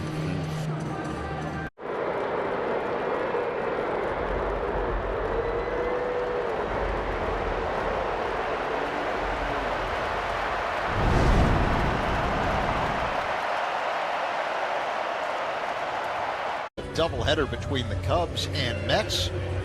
Cubs have a new man on the mound. Left-hander Ryan Rollison takes over for the starter Javier Assad. Pitching changes by the Cubs, sponsored by James Hardy Building Products, siding with the Cubs. Jared Young was due up for the Mets to begin their half of the 6th inning, but with Rollison now in, Carlos Mendoza sends a pinch hitter to the plate. Mark Vientos, right-handed batter. Rollison, high leg kick and pitch. And Vientos with a check swing and a slider on appeal. No swing, says the first base umpire John Bacon. So 1-0 the count. Final line on Assad. 5 innings, 3 runs on 5 hits, 2 walks, 5 strikeouts, 83 pitches. The 1-0. Another check swing by Vientos. On appeal, they say no swing. So 2-0 the count. John Bacon said no. I'd like to see the replay on that. We're going to get it here in the booth. Yep, he swung. Close, though. I'll give him that. It was close. So the count is 2-0. Rollison rocks back. Here's the pitch. Called strike. Fastball, 95 miles per hour. A good pitch. The previous pitch was called a strike. The batter is challenging. Yeah. And Vientos will challenge this. Ball strike challenge, sponsored by Northwestern Medicine. New York has 1 challenge remaining. Yep, so they lose that challenge. It clipped the outside edge right at the top of the zone. So 2-1 the count on Vientos. Rollison peers in, acknowledges the sign from Amaya. And now the 2-1.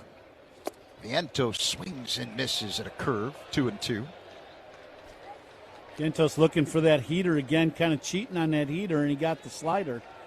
That pitch bounced into the glove of Amaya. Rollison 5-1, 25 games for the Cubs this season, a 1.88 ERA. The 2-2. Off the outside. So a full count with Vientos at the plate. Rollison wipes some sweat off the brow. And now time called by Vientos as he steps out of the box. This day in baseball history is brought to you by villageofbedfordpark.com. It's time to make history for your business in Bedford Park. Here's the 3-2. And that's low, ball 4. Vientos starts off the bottom half of the 6th inning with a walk. Cubs leading the Mets 6-3. And now Francisco Alvarez will dig in. On this date, June 24th, 2021, 4 Cub pitchers combined to no-hit the LA Dodgers in a 4-0 victory at Dodger Stadium. So my question for you, Coom, do you remember those Cub pitchers? Rollison peers in. He gets the sign from Alvarez. And now the pitch is a called strike. He gets the sign from Amaya and throws a strike to Alvarez, 0-1. Kimbrel, I think, finished the game. Is that correct? Correct. Here's the pitch. Alvarez taps it foul off to the left, 0-2. These guys were not Cubs for a long time. That's what was it a bullpen game, too? No. No, it was not. So they had a starter? Who was the starter? Zach Davies. Yeah, there you go. Yeah. Was the starter in that game. And then a couple of valuable bullpen men. Here's the 0-2. That's low. 1 ball and 2 strikes to Alvarez. The thing I remember about that game is Kimbrel came in and got the final 3 outs, and he did not know it was a no-hitter. Right. 1 ball and 2 strikes. Here's the pitch. Misses. 2 balls and 2 strikes. The count on the batter, Alvarez. So Zach Davies started that game, Coombe. Then Ryan Tepera, right-handed reliever. And then the left-handed reliever, Andrew Chafin, followed by Craig Kimbrel. The 2-2. Alvarez looks at a ball low, so he's worked a full count. And now you got to go after Alvarez. He's going to be sitting on a fastball. He's a catcher. He kind of got an idea what's coming. This same count to Vientos, he threw a slider down and in for a ball. I would think this has got to be a fastball. See if he can throw it past him up top. Here comes the pitch. Alvarez swings and lines one into left center field for a base hit. Stopping at second base, Vientos. And now the Mets will bring the tying run to the plate. Brett Beatty due to hit. Let's see if he indeed does, or if the Mets decide to go with a pinch hitter. That's one of those situations where, the 2-2 pitch isn't a strike, so you make an average or below average hitter, at least an average hitter. And then the thing about Alvarez is he knows, you got a good idea what's coming, and he covers that high fastball. Brett Beatty will not hit Coombe. Right-handed batting Eric Wagaman will pinch hit for Beatty. So Tommy Hotovy heads to the mound to have a conversation with Ryan Rollison. Cubs with a 6-3 lead over the Mets. It's game 1 of a doubleheader here in New York. We're in the bottom half of the 6th inning. And the Mets threatening, men at first and second with no one out. And Eric Wagaman now due up. I'll see what we do here. Now, Cubs are not going to play for a bunt at all. Wagaman, a big, strong guy, so Cubs could really use a double play ball, a little too hopper to shorter third. Wagaman hitting at .214 with 1 home run. Rollison deals. Wagaman looks at a ball high and outside, a curve that missed. 1-0 the count. Vientos at second base, Alvarez at first. Rollison works on the third base side of the rubber. Here's the 1-0. Inside to Wagaman, 2 balls and no strikes.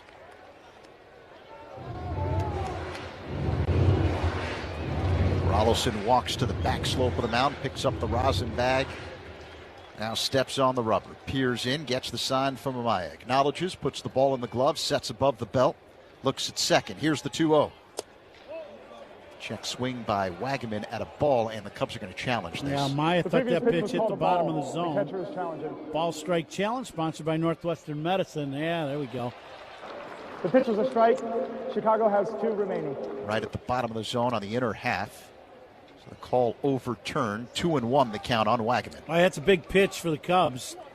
Instead of 3-0, it's 2-1. There's nobody out, 2 men on. Now you need a slider for a double play ball. Let's see if it comes. Here's the pitch. A bouncing ball hit on the left side. Fielded by Ramirez to second for 1. Horner to first. Double play. You called it, Coombe. 2 down. And Vientos now at third. That's the difference between a 2-1 count and a 3-0 count in the inning.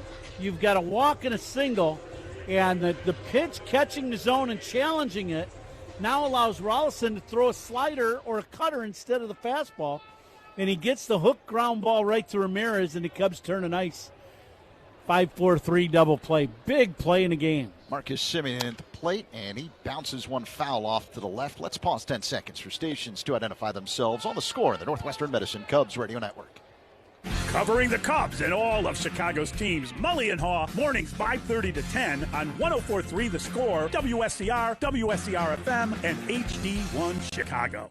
Ryan Rollison works his motion. The pitch, Semien. It's a high fly ball to right center field. Conforto under it, makes the catch, out number 3, and Rollison works into and out of a jam as the Mets leave a man at third base. We head to the 7th. 6-3 Cubs on the score.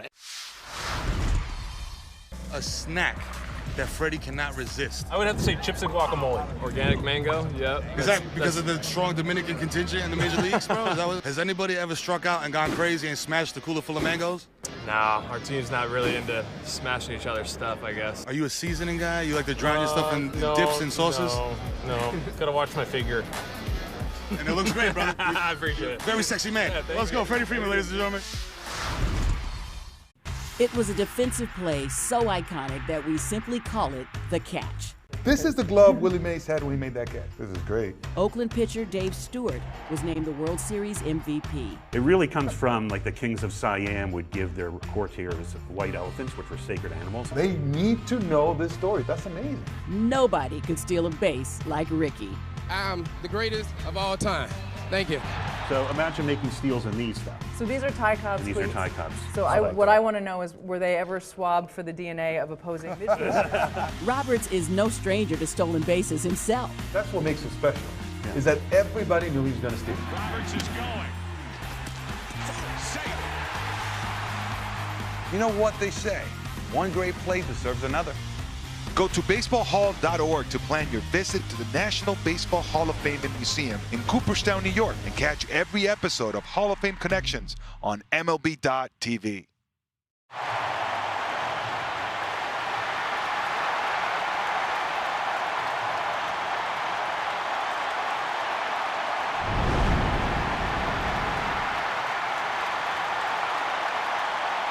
OLLOPY at villageofbedfordpark.com. Top of the 7th inning here in New York. It's the Cubs on top of the Mets 6-3. Dansby Swanson breaking a 3-3 tie in the 6th inning with a 3-run job to left center field. It's game 1 of a doubleheader. Mets have a new man on the mound. 28-year-old right-hander Jonathan Pintaro takes over for Nolan McLean. Michael Conforto at the plate, and he looks at a ball, a cutter from Pintaro. 1-0 the count. Well, the positive about this game today is Javi. He pitches 5 innings and keeps the Cubs right in the game to a 3-3 tie, and then the Cubs, big swing of the bat in the 6th, give the Cubs the lead. So that's huge. You know, if you'd ask Counts today, how would you like to have 6 runs off McLean and we're going into the 7th inning? That's a yes. I think he'd be high-fiving if he thought he could get that. He'd be like, that's a absolute yes. Conforto takes a ball inside. So 2-1 the count. Left-handed batter against the right-hander Pintaro, who works on the third base side of the rubber. The next pitch is popped foul out of play off to the left by Conforto. 2-2. Pitching changes by Cubs opponents, sponsored by Sloan, the official water efficiency partner of the Chicago Cubs and leader in smart water and commercial restroom solutions. Learn more at sloan.com. Eric Wagaman and Mark Vientos both stay in the game. Wagaman is playing first, Vientos at third. Pintaro a long set. Takes a deep breath and deals. And Conforto fouls it back off the screen, 2-2. And last inning, Michael Conforto really the guy that got everything kicked off. He had a 1-out double, McLean down the left field line. Just a pitch up and away and just kind of blocked it towards that left field corner. Excellent swing and really worked out for the Cubs. The 2-2. Conforto takes a ball. Changeup that missed. 3-2 the count. It's just off the outside, about knee-high. Bushy with a 2-run homer and Swanson with a 3-run homer. It's been the home run ball that's helped the Cubs last couple days. The payoff pitch is a one-hopper fielded on the right side by Simeon. The toss to first in time to get Conforto. One away here in the top of the 7th with the Cubs up 6-3.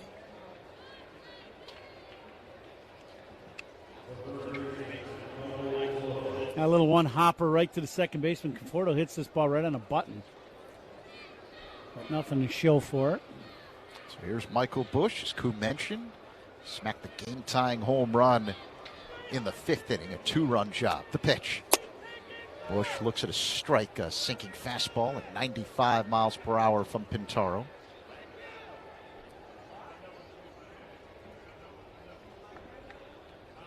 Busch now with 9 home runs.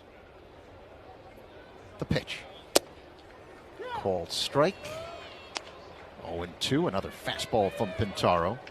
Bush walked in the first, was hit by a pitch in the fourth, and drilled that 2-run home run in the fifth. Left-handed batter against the right-hander Pintaro. Now the 0-2. Line drive to right center field, but right there making the catch is Benj for out number 2. Line drive bullet off the bat of Michael. Ain't not much you can do. He hit it right on the button, but right at the right fielder Benj. Watching Bushy kind of run across the field. He's still hobbled a little bit from getting drilled in the left knee with that slider earlier in the ball game. Here's Seiya Suzuki. Powerful right-handed batter. The pitch. Seiya taps it foul at the plate. That one took a bite out of the catcher, Terens. He was shaking his hand. You heard the home plate umpire, Austin Jones, ask Terens if he's okay. And Jones, a classy move, taking out the brush, dusting off home plate. That one got everywhere in the lower half except the equipment that he's wearing. This game. Here's the 0-1. Off the outside, it bounces off the glove of Terens. He's still trying to recover from the pitch before. I can't believe you're laughing. You know better than anybody how hard it is to play that position. He wanted to catch. 1-1 the count. Seiya waits. The pitch. Swing and a miss. 1-2. Cutter from Pintaro. Say a little tardy on that high cut fastball, that last pitch, top of the zone.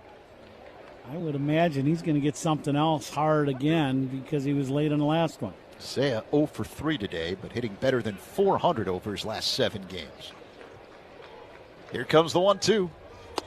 Breaking ball off the outside. 2 balls and 2 strikes.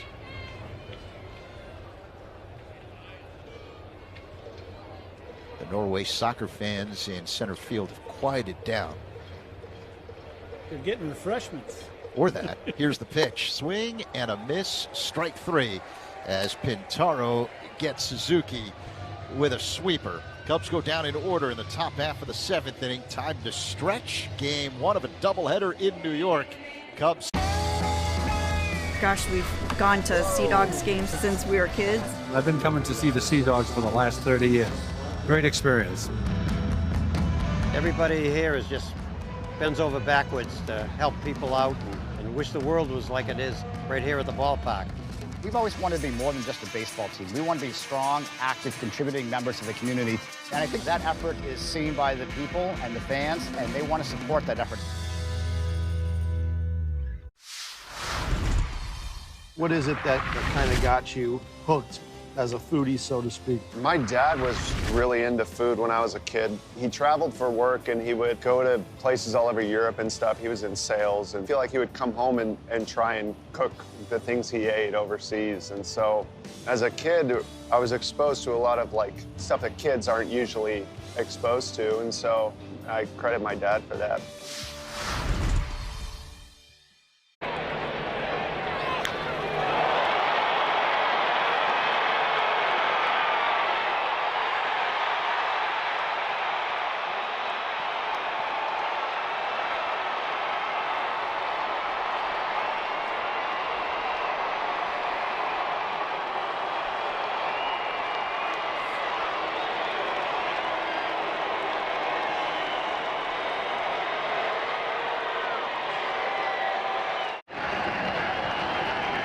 Options open.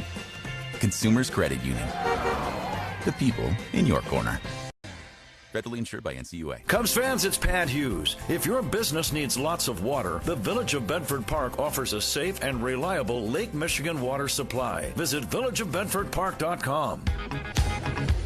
Spend your 4th of July week at Wrigley Field. Enjoy special promotions and festive ballpark activities, and stay after the July 4th game for a spectacular fireworks show. You heard right. For a full list of the week's events, visit Cubs.com/tickets. Bottom of the 7th inning here in New York. It's game 1 of a doubleheader. Cubs leading the Mets 6-3. Caleb Thielbar, the new man on the mound for the Cubs, left-handed pitcher against the left-handed hitting MJ Melendez. And his first pitch is low, 1-0 the count. Dansby Swanson, the go-ahead 3-run job in the 6th inning for Swanson, his 10th home run of the year. Thielbar peers in, acknowledges the sign from Amaya. Now he works his motion and deals as Melendez fouls this back just to the left of us. Coom didn't even move. No fear up here in the booth. 1-1 the count. One of them good hands New Yorkers made a play. Cubs have a new right fielder. Justin Dean takes over for Michael Conforto. High fly ball down the left field line, and this one slices foul out of play. 1-2 the count on Melendez.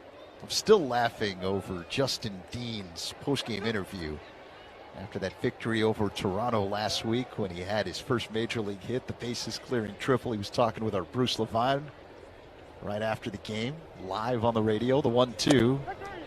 Called strike 3. Breaking ball that floated into the zone. Melendez does not like the call, but he won't challenge. 1 away. The first out, sponsored by Xfinity. Reliable Wi-Fi at one price for 5 years. Xfinity, imagine that. And Bruce asked Justin Dean what it was like, what it felt like to get his first hit in a Cubs uniform after beginning his big league career with the Dodgers. And Justin Dean started smiling. He was so happy. Luis Torrens at the plate. And he looks at a strike from Thielbar, one of those slow-moving breaking balls, 0-1. And Dean goes, man, the Cubs are one of the OG teams in the league. Here's the 0-1. Called strike. Another breaking ball from Thielbar, 0-2 the count on Torrens. He's nonstop energy, Justin Dean.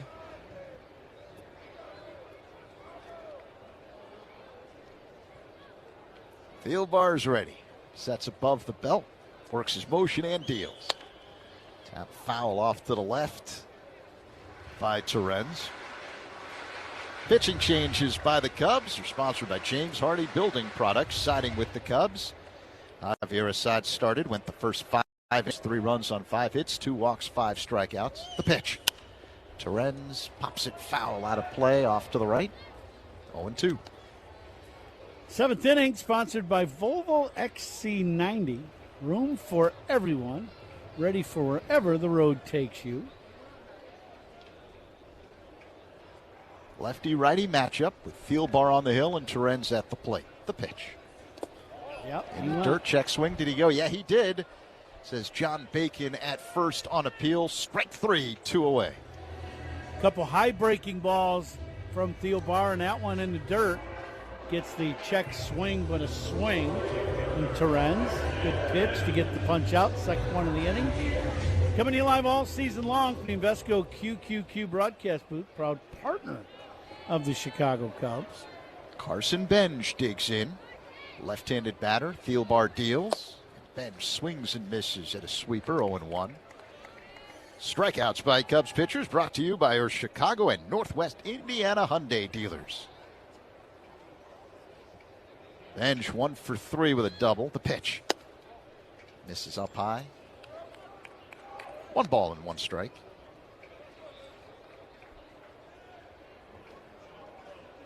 Shota Imanaga will be the starter for the Cubs in the nightcap of this doubleheader.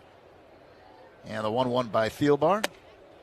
High and tight with a fastball. 2-1 now on Benj. And if you were listening to the pregame show, I had a chance to talk with Matthew Boyd. He's going to be the starter. He'll return from the injured list tomorrow night for the finale of this 4-game set between the Cubs and Mets. Here's the 2-1. Called strike. Slider that spins into the zone. 2-2 on Benj. Matthew excited to getting back. We were talking the other day, and it's just tough to watch. You know what I mean? You know, when you want to be out there competing. Pitch in the dirt, 3-2. And he's had a couple, stints going down to the minor leagues to try to get himself right and rehab. He starts, and now he's finally getting back here to Chicago to pitch. So hopefully he can be healthy and do what we've seen him do a bunch here in a Cubs uniform. Benj lines one into right for a base hit past a diving Horner. Second hit of the ball game for Benj. It comes with 2 away here in the bottom of the 7th inning. With the Cubs leading the Mets 6-3. Now A.J. Ewing will step to the plate. Ben's pretty good young-looking player. They talk about, we have not seen it yet, but he's got a big arm in right field. Very good defender. Got good speed, obviously hitting in a leadoff spot, but he can swing the bat. So here comes Ewing, left-handed batter.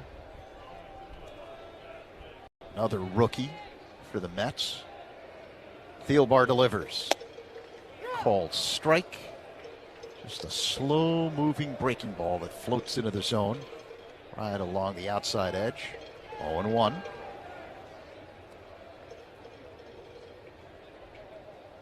The next pitch.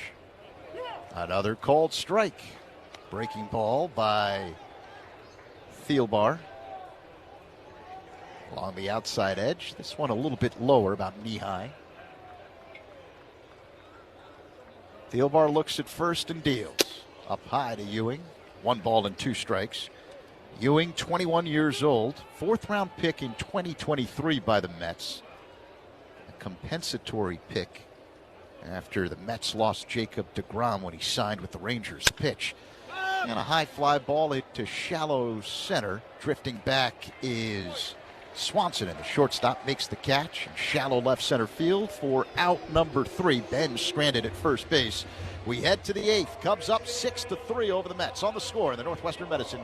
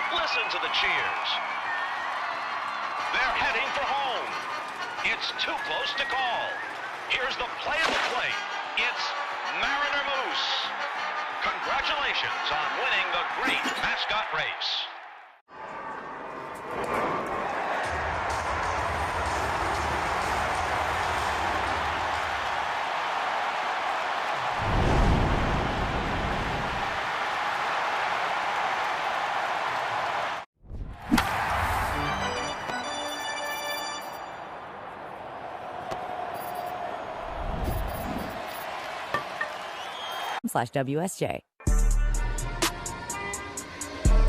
A reminder that all reviews in this game are sponsored by Northwestern Medicine. A second opinion is always a good idea. Get yours at Northwestern Medicine. Ian Happ leads off the top of the 8th for the Cubs. They've got a 6-3 lead over the Mets. Jonathan Pintaro deals. Happ looks at a ball high and outside. 1-0 the count. And this 8th inning is sponsored by Cars for Kids, 877 Cars for Kids. That's Cars with a K. To donate your car today. Pintaro, the right-hander, works his motion and deals. And Happ takes ball 2 up high, a cutter that missed. The Mets took a 3-0 lead, scoring 3 times in the 4th. Cubs tied it up with 3 runs of their own in the top of the 5th. As Pintaro delivers, Happ looks at ball 3 off the outside. And then in the 6th inning, Dansby Swanson with the 3-run home run to put the Cubs ahead, and that's where we stand. 6-3 here in the top of the 8th with no one out. Happ waits. The 3-0 delivery. Bad miss, high and outside. 4-pitch walk for Ian Happ to start the 8th. Well, certainly not what the Mets were hoping for here. Start this inning. That last pitch breaking way out of the zone away. A lot of fans waving hello at Coombe. Doesn't matter what jersey they wear. They just know you. Yeah, You're I think this is that's the dance groups that are on the dugout. Nico Horner looks at a ball City up high. Field. Yeah. Uh-huh. They're more athletic than us. There's no question about it. And they're also a lot younger. Yeah. Horner waits for the 1-0 delivery from Pintaro with a man at first and no one out here in the 8th. The pitch. Misses. Sinking fastball. 2-0 the count. It's off the inside near the bottom of the zone. Horner doubled to right his last time up and was along for the ride on the 3-run shot by Swanson. The 2-0 delivery. Up high. 3-0 now good take, on Nico. Yeah, good take by Nico on that pitch inside. Even if it was a strike, it's still a good take. If you're trying to shoot the ball the other way and get back on track doing what you do best, you got to take those pitches inside. A long set and the pitch. Called strike, a cutter to Horner, 3-1. Nico with one hit in a game, a double down the right field corner, and he scored a run. Pintaro is ready. The 3-1 delivery. Off the outside, ball 4. So back-to-back walks by the Cubs to begin the top half of the 8th inning. And it'll bring up Pedro Ramirez. Nobody warming up in the Mets bullpen as of right now. I think with all the baseball that's going to be played here in the next few days for both of these clubs, I think both managers are a little, trying to conserve the arms of the pen. So down by 3, Pintaro, he's in the game. Walks of Cubs batters sponsored by It'sNotAGameIllinois.com. Reminder, a walk is free, a DUI is not. Drive sober or get pulled over. Terens, the catcher, went out to the mound to talk to Pintaro. Cubs threatening. They've got a 6-3 lead over the Mets. No one out here in the top of the 8th. Pedro Ramirez at the plate. Switch hitter batting from the left side. Haps at second base, Horner at first. Corner infielders are in. Vientos at third and Wagaman at first. Pintaro sets chest high. Corner infielders are crashing. The pitch. Ramirez shows bunt, pulls it back, and takes a ball. 1-0. Now with the Cubs looking to bunt here just to add a run or two to this 3-run lead. If Ramirez bunts, he wants to bunt this ball at the third baseman. If he can bunt the ball at the third baseman, you got to make him feel that that's Vientos at third. The pitch. Ramirez shows bunt, pulls it back, takes a strike, a cutter. 1-1. Happ at second, Horner at first. No one out, top of the 8th. Cubs 6, Mets 3. 1-1 the count on Ramirez. A long set. Pintaro deals. Ramirez bunts it to the third baseman Vientos, who fields on the run. Throw to first with Simeon covering the bag. In time for the out. The sacrifice bunt successful. As Happ moves to third, Horner now at second, 1 away. Perfect job by Ramirez getting the sac bunt down, doing it. I mean, that's textbook.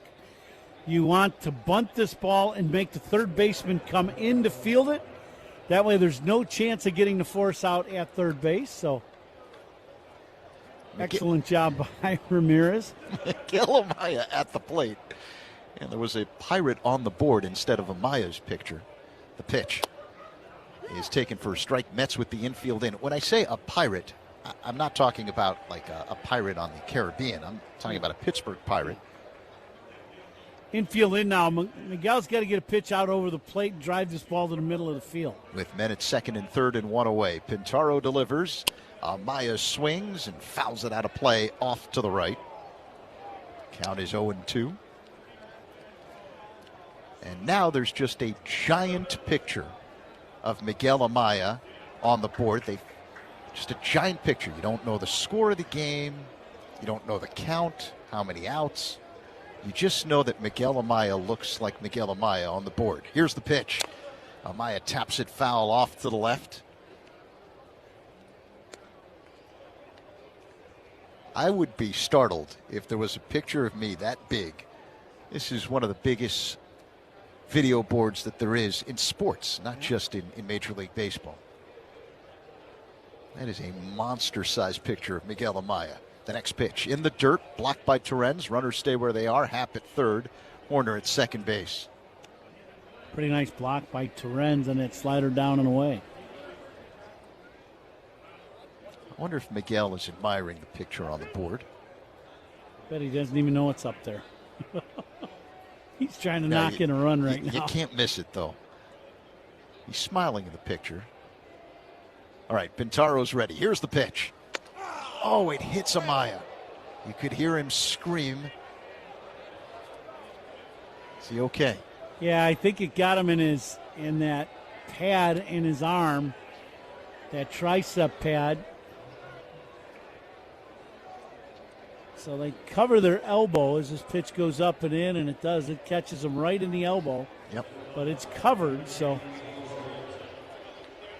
Yeah, it was a direct shot to that elbow guard. He's okay. Amaya at first. Now the Cubs have the bases loaded, Coom, with just one away, and Dansby Swanson, who's been red hot, will dig in. Well, now same thing that Amaya had. What Dansby's going to want to do is not hook a ground ball.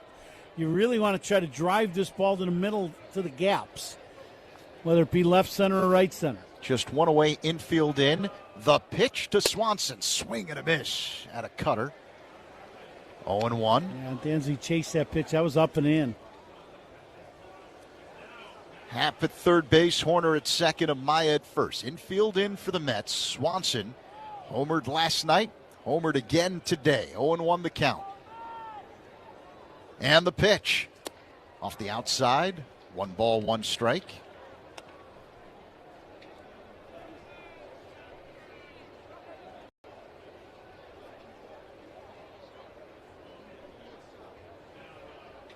Pintaro, a deliberate worker on the mound for the Mets. Right-handed pitcher, right-handed batter. The 1-1. Swanson swings, drills one deep in the air to left. This is going to go! Grand slam! Dansby Swanson, his second home run of the ball game, and the Cubs have blown it open. 10-3 now the lead over the Mets here in the 8th. The Cubs dugout exploding, knowing how Dansby has had his struggles this season and things coming alive here for the Cubs. He did say his work was getting a lot better. I would say so.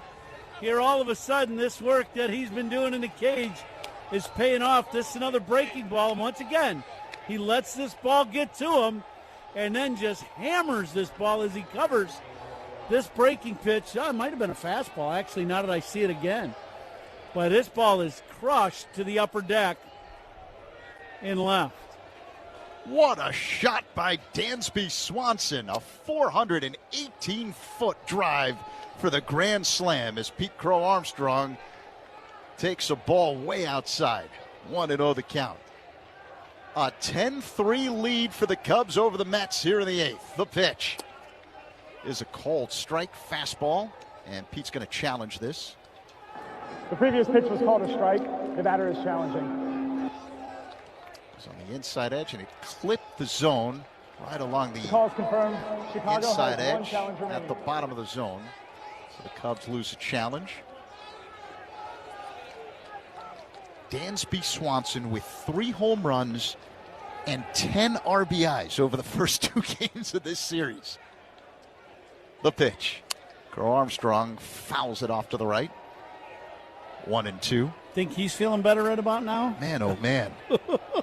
No one has taken advantage of those back-to-back unscheduled days off with the postponements than Dansby Swanson. No, I think more than anything, it's his work that he's been doing here lately in the cage. He's getting some work, and it's what he's working on here as of late is actually getting him on playing with the baseball. And now he's not coming off the ball, and he's covering that pitch outer third, and boy, is he. That last pitch outside to PCA. 2-2 the count. Pintaro is ready. Here's the pitch. And an awkward swing and a miss. And a sinker low. Strike 3 as Crow Armstrong is retired. 2 away here in the top of the 8th. All Cubs a 10-3 lead over the Mets in game 1 of this doubleheader. So now Justin Dean will step to the plate and hit for the first time today. Dean came in as a defensive replacement for Michael Conforto. Dean, a right-handed batter against the right-hander Pintaro. The pitch. Dean swings and pops it up right side, foul territory, giving Chase Wagaman, the first baseman, but this one's in the stands behind the Mets first base dugout. 0-1.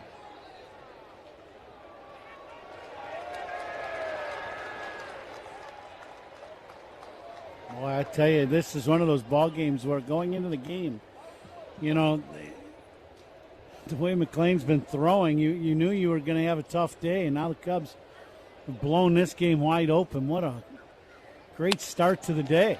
Dean with a line drive, base hit to left. He stops at first. That's his second big league hit. The first one was that 3-run triple against the Blue Jays last week. It's good for him. He's getting in there and comes out swinging, and that'll probably be the end of the day here for Pintaro. Michael Busch due up. Time called. And pitching coach Justin Willard heads out to the mound to talk to Pintaro.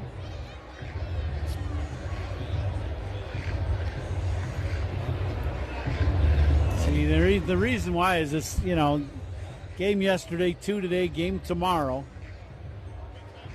So you got a big deficit if you're the Mets, and you just don't want to burn another pitcher. So Pintaro stays in. Dean at first. Michael Busch at the plate. Busch with a 2-run shot earlier in the ball game. 10-3 Cubs. The pitch. Busch looks at a fastball for a strike, 0-1. Dean is always a threat to go, but you're not running here up 10-3. No, they're not even holding him on at first base, so he's going to stay there. This will be station to station for the Cubs. Righty-lefty matchup with Busch at the plate and Pintaro on the mound. Here's the 0-1. Busch taps it foul at the plate. Might have gotten a piece of his foot as he hops up and down. Busch's legs have taken a beating today. Got drilled by a pitch inside on the left knee earlier. Now fouls it off his right foot. Yeah, he was doing a couple of knee bends there. The home run and the score probably making him feel just a tick better. Yeah. Nick Frangella, he'll get you an extra ice bag, don't worry. Cubs head trainer. Busch swings and misses at a fastball, strike 3. And that ends the top half of the 8th inning. But what an 8th for the Cubs. Dansby Swanson with his second home run of the ball game, a grand slam. 10-3 Cubs as we head to the bottom of the 8th in Queens. On the Score and the Northwestern Medicine Cubs Radio Network. Hey Cubs fans, it's Pete Crow Armstrong. Listen to every game here on the Chicago Cubs Radio Network. Te encantan los jugadores. Te encanta el juego. ¡Y se fue! Ahora puedes ser el dueño de grandes momentos del béisbol. MLB Auction te permite participar en la subasta de bates, bolas, jerseys autografiados y más, con artículos de tus equipos de grandes ligas favoritos, leyendas y jugadores agregados toda la temporada. Cada artículo es autenticado por MLB para asegurar que lo que llega directamente a tu hogar es original. ¿Quieres una parte del juego? Visita auctions.mlb.com.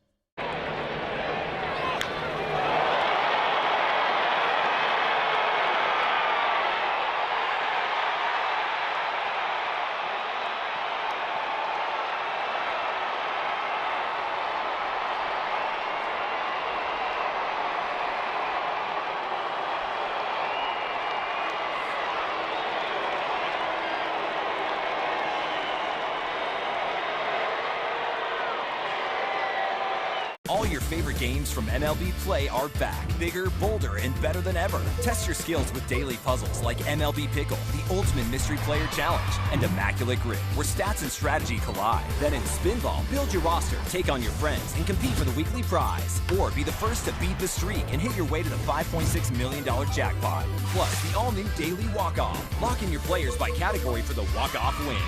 The game's official home for games is MLB Play, only on the MLB app and MLB.com.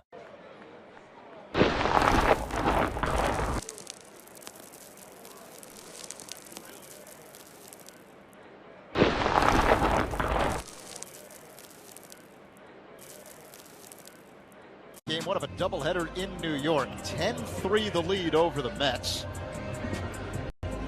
Dansby Swanson with some history today. A grand slam and a 3-run shot. New man on the mound for the Cubs, right-hander Tyler Ferguson. He starts off Bo Bichette with a fastball up high, 1-0 the count. Ferguson, the 27th man for the Cubs here in this doubleheader. Works on the first base side of the rubber. Here's the kick and pitch. A swing and a miss by Bichette. 1-1 the count. Ferguson, a guy with a good arm. That last fastball, 95 miles an hour. So he can rush it up there pretty good. Ferguson's ready. Here comes the 1-1 delivery. And Bichette looks at strike 2. Swanson is the second Cubs shortstop in franchise history with at least 2 home runs and 7 runs batted in a single game. The other? Got to be Ernie Banks, right? And a high fly ball it to shallow center. Crow Armstrong under it, makes the catch, 1 away. And Mr. Cub? Was Mr. Cub, Ernie Banks, 1955 against Pittsburgh. Dansby Swanson with a whale of a game and a whale of a series. He's got 3 home runs, 11 runs batted in over the first 2 games of this series. Think he's going to want to play game 2? Right away. Let's just keep playing. Mark Vientos digs in, right-handed batter. Ferguson deals, and Vientos pops it foul out of play off to the right.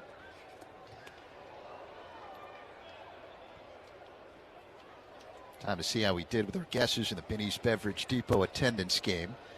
As Ferguson works his motion, and Vientos taps it foul at the plate in the hole 0-2. The actual attendance here for Game 1, according to the Mets, 31,951 at Citi Field. Which means the Coom Dog, Ron Coomer, is the winner today in Game 1 in the Binny's Beverage Depot attendance game. Here's the 0-2. That one missed. Breaking ball from Ferguson, 1-2 the count. And a reminder to stay tuned for the toast of the game presented by Binny's Beverage Depot coming up in the 9th inning with Coom.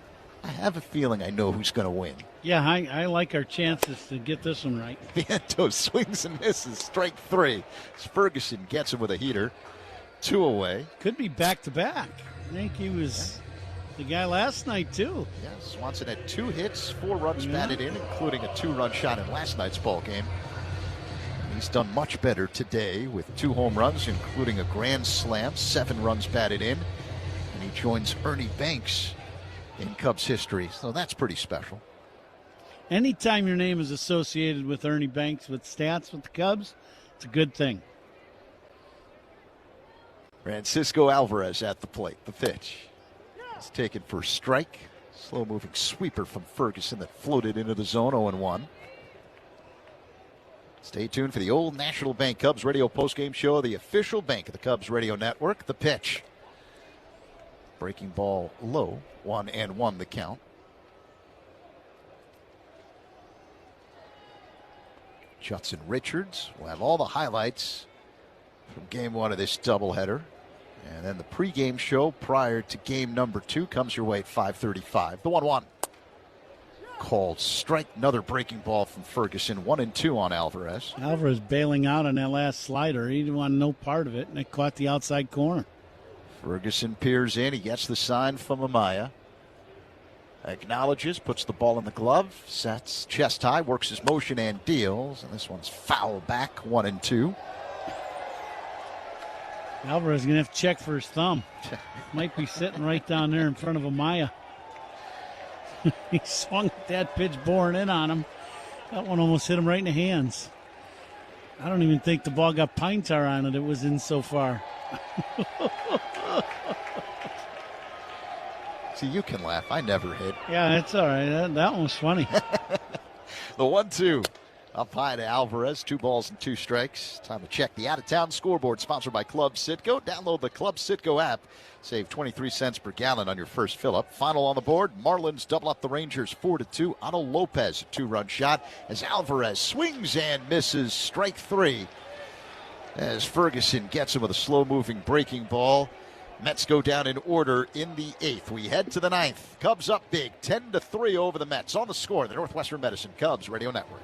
All your favorite games from MLB Play are back, bigger, bolder, and better than ever. Test your skills with daily puzzles like MLB Pickle, the Ultimate Mystery Player Challenge, and Immaculate Grid, where stats and strategy collide. Then in Spinball, build your roster, take on your friends, and compete for the weekly prize. Or be the first to beat the streak and hit your way to the $5.6 million jackpot. Plus, the all-new Daily Walk-Off. Lock in your players by category for the walk-off win. The game's official home for games is MLB Play. Only on the MLB app and MLB.com. This is going to be one of those games that you're going to have to fight the elements. Wow! And I don't think that'll be the last bat toss we see tonight. I would imagine not. As he slid behind Neto, took out his legs, but Neto held onto the ball. Check out what our cameras caught. That's right. Smacking himself in the face. He really likes to pump himself up and make himself angry. Oh, he used the hand. That's pretty nice. Yeah, take a bow. All right, absolutely. Garrett Mitchell leads off. Hunter Gaddis is on the mound for the Guardians. As Mitchell sends one deep right center. Goodbye! The Brewers back in front with one swing of the bat. A frozen rope out of here. You said it, B.A. That was an absolutely driven baseball. A frozen rope, 440-foot line drive to right field to put the Brewers up by a run. Puedes ser el dueño de grandes momentos del béisbol. MLB Auction te permite participar en la subasta de bates, bolas y jerseys autografiados, con artículos de tus equipos de grandes ligas favoritos, leyendas y jugadores. Visita auctions.mlb.com. Hey.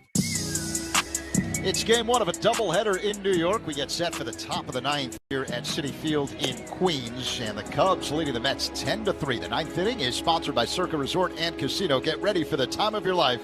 CircaLasVegas.com. The Mets have a new man on the mound. It's a right-hander by the name of Austin Warren. 30 years old. 1-3 with a 2.76 ERA in 21 games with New York. Seiya Suzuki will lead things off here in the ninth for the Cubs. Warren works his motion and deals. Seiya looks at a breaking ball off the outside, 1-0.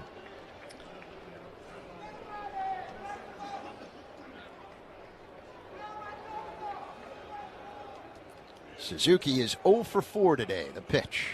Swing and a miss. Another sweeper from Warren. 1-1.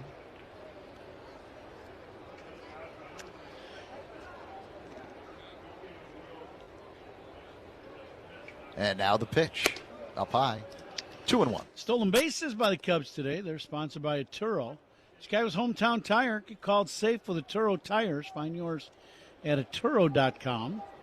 Dansby Swanson, the big game for the Cubs today. The 2-1 delivery. Seiya looks at a strike. Fastball clocked at 94 miles per hour. 2-2. Swanson with a pair of home runs. A 3-run shot that put the Cubs ahead in the 6th, breaking a 3-all tie. And a grand slam in the 8th. And now the 2-2 by Warren. Low and outside. Seiya's worked a full count. That last pitch not close. Catch of the game sponsored by Catch Des Moines. That play was a real trip, and so is Des Moines. It's a trip. Make it yours at CatchDesMoines.com. The payoff pitch, check swing, and a pitch off the outside on appeal. First base umpire John Bacon says Seiya went around strike 3, 1 down here in the top of the ninth. I think our catch of the game will be the catch early in the ball game. I think it was the second hitter. I think Ewing is the one that hit the ball to the wall in right center, and Conforto made a nice catch, slamming up against the wall to make a nice play early in the ball game. Ian Happ at the plate and takes a fastball for a strike. 0-1.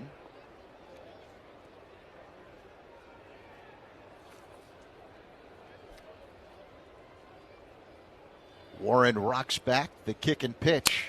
Happ fouls it back off the screen. 0-2 the count. 1 down, top of the ninth. Cubs 10, Mets 3. Dansby Swanson is the 4th Cubs player in franchise history to have a 2-game span of at least 3 home runs and 11 runs batted in. The last one to do it, Sammy Sosa in 2002. The pitch. Check swing and a pitch off the outside. 1-2 on Happ.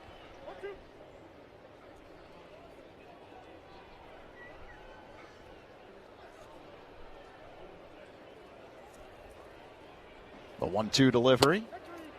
Called strike 3, a 2-seamer. Happ didn't like the call by the home plate umpire Austin Jones, but 2 away. Yeah, a little inside fastball. That's when freezes Ian on the inside corner.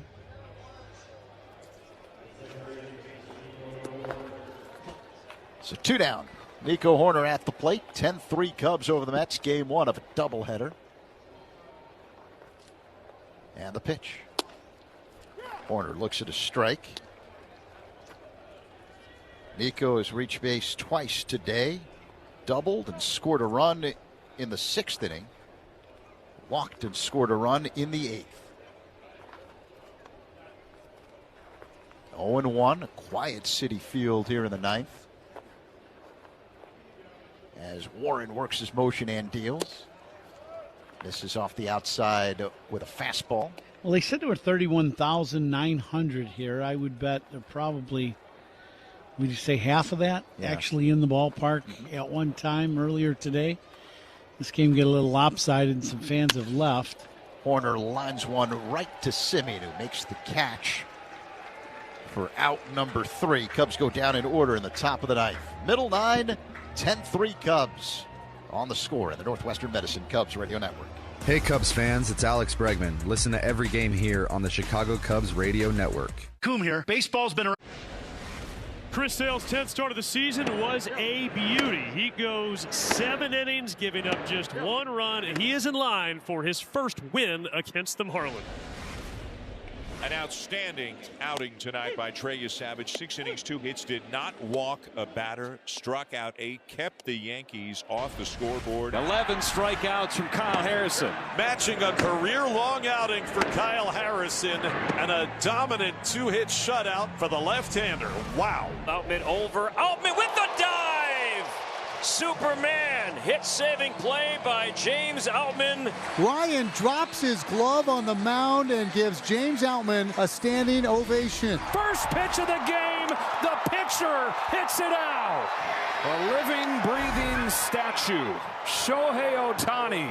You just don't dare take your eyes off of him. He's a walking history book. It's ridiculous what he does. Friedel going back, and he's got it. Dropped it. You have to catch that ball. You have to. You can't come to the game with that, and you can't do that. Ronald Acuna Jr. pouring dirt into Ozzie Albies' glove, and I'm telling you, man, he's got almost half the infield in there. Well, you look, he wants to throw to second, but he can't get it out. Why? Because it's stuck in the web. That is a very odd play, and they've just brought a new glove out for Shonowell.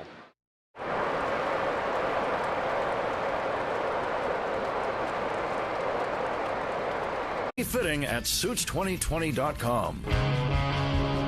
This copyrighted broadcast is presented by authority of the Chicago Cubs and may not be reproduced or retransmitted in any form. And the accounts and descriptions of this game may not be disseminated without the express written consent of the Chicago Cubs. Bottom 9, Cubs on top of the Mets, 10-3. Tyler Ferguson on the mound and Eric Wagaman at the plate. Wagaman looks at a fastball for a strike, 0-1. Dansby Swanson, 2 home runs, grand slam, and a 3-run shot today. The pitch.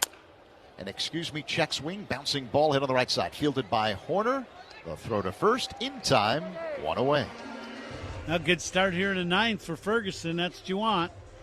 Just kind of have a simple inning, get through this ball game and get a Cubs W. Marcus Simeon will dig in.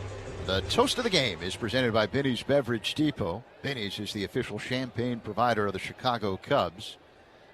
We'll get the toast of the game after this pitch by Ferguson. And Simeon, an awkward swing and a miss, tried to check, couldn't. 0-1. Now it's an easy one. A toast of the game ball player today, sponsored by Binny's Beverage Depot, will be the shortstop, Dansby Swanson, 2 days in a row. But today, 2 home runs, a 3-run bomb in the 6th, and then a grand slam in the 8th. And Dansby has had 2 really good days in a row with the bat in his hand. 3 home runs, 11 RBIs in the series so far. The 1-1 is taken for a strike. Sweeper, and Simeon's going to challenge this. The previous pitch was called a strike. The batter is challenging. Ball strike challenge, sponsored by Northwestern Medicine. And it did clip the bottom of the zone for a strike. New York has 0 challenges remaining. So there you hear Austin Jones saying the Mets no longer can challenge. 1-2 the count on Simeon. Binny's Beverage Depot. If you can't find it at Binny's, it's probably not worth drinking. Swanson, the big star, and the big apple for the Cubs. The pitch. Simeon fouls it back off the screen. 1-2. I don't know where he's been going out to eat, but I would go in between games and I'd go find that place. I'll have what he's having, right? Absolutely. Uh-huh. 1 ball and 2 strikes. Ferguson is ready. Sets up high, works his motion and deals. And Simeon lines one, caught back a third by Ramirez with the backhand along the line. 2 away. Well, I like what Ferguson has done. He has come in and he's just thrown strikes. Good fastball, little slider. Getting quick outs. It's exactly what you're looking to do. And he keeps doing that for the Cubs, and he's going to stick around here, that's for sure. MJ Melendez digs in. Mets down to their last out. The pitch. Misses off the outside with a sweeper. 1-0.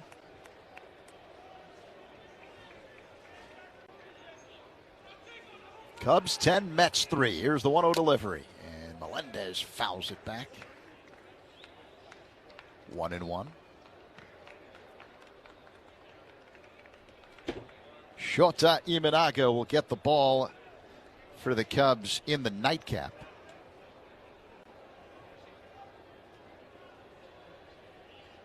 As Ferguson deals, and Melendez looks at a ball low.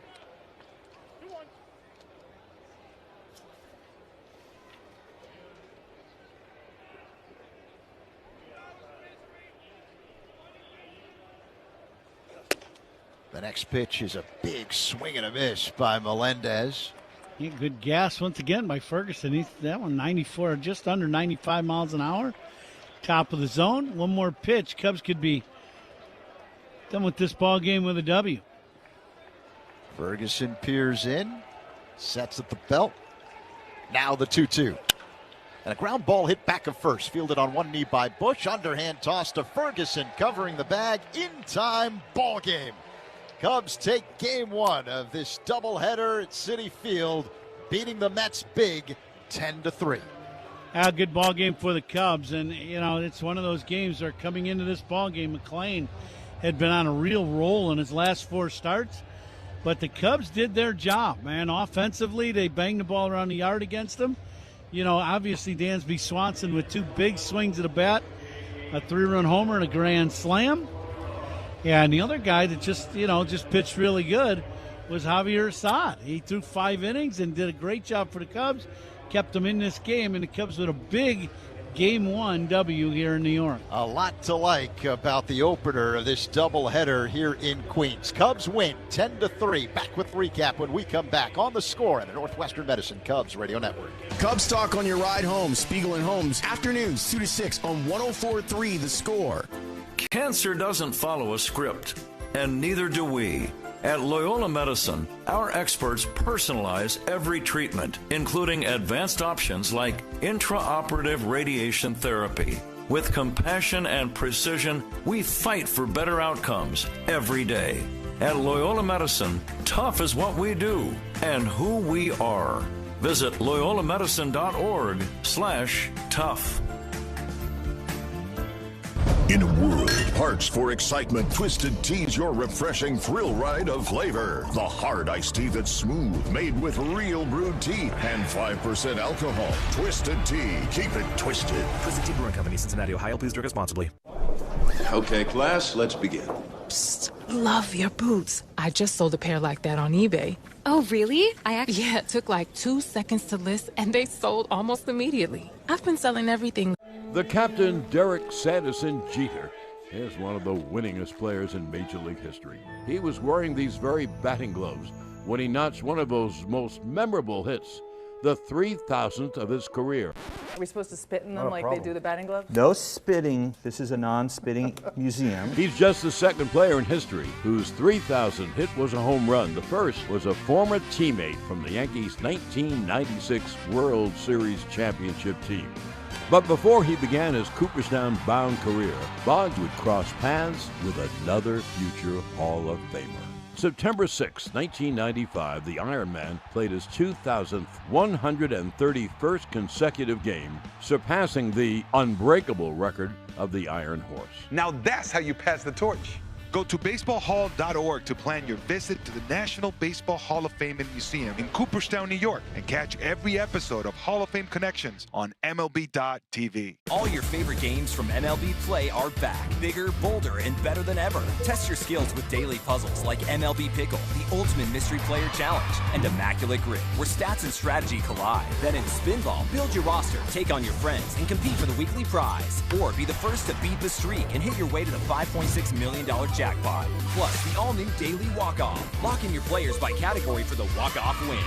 The game's official home for games is MLB Play. Only on the MLB app and MLB.com.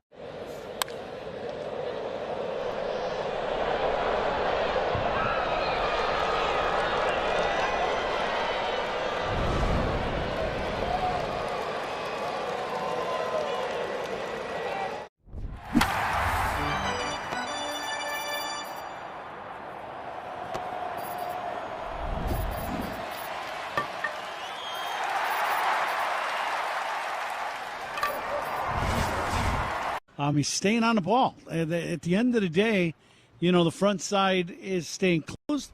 He's letting that ball carry, and now, the barrel is covering the strike zone. And I big tip of the hat to him because nobody wants to struggle, and he's working at it. And the work he is doing now, all of a sudden, is the people are welcoming, they're loving, they're caring. So if you're looking for a familial feel,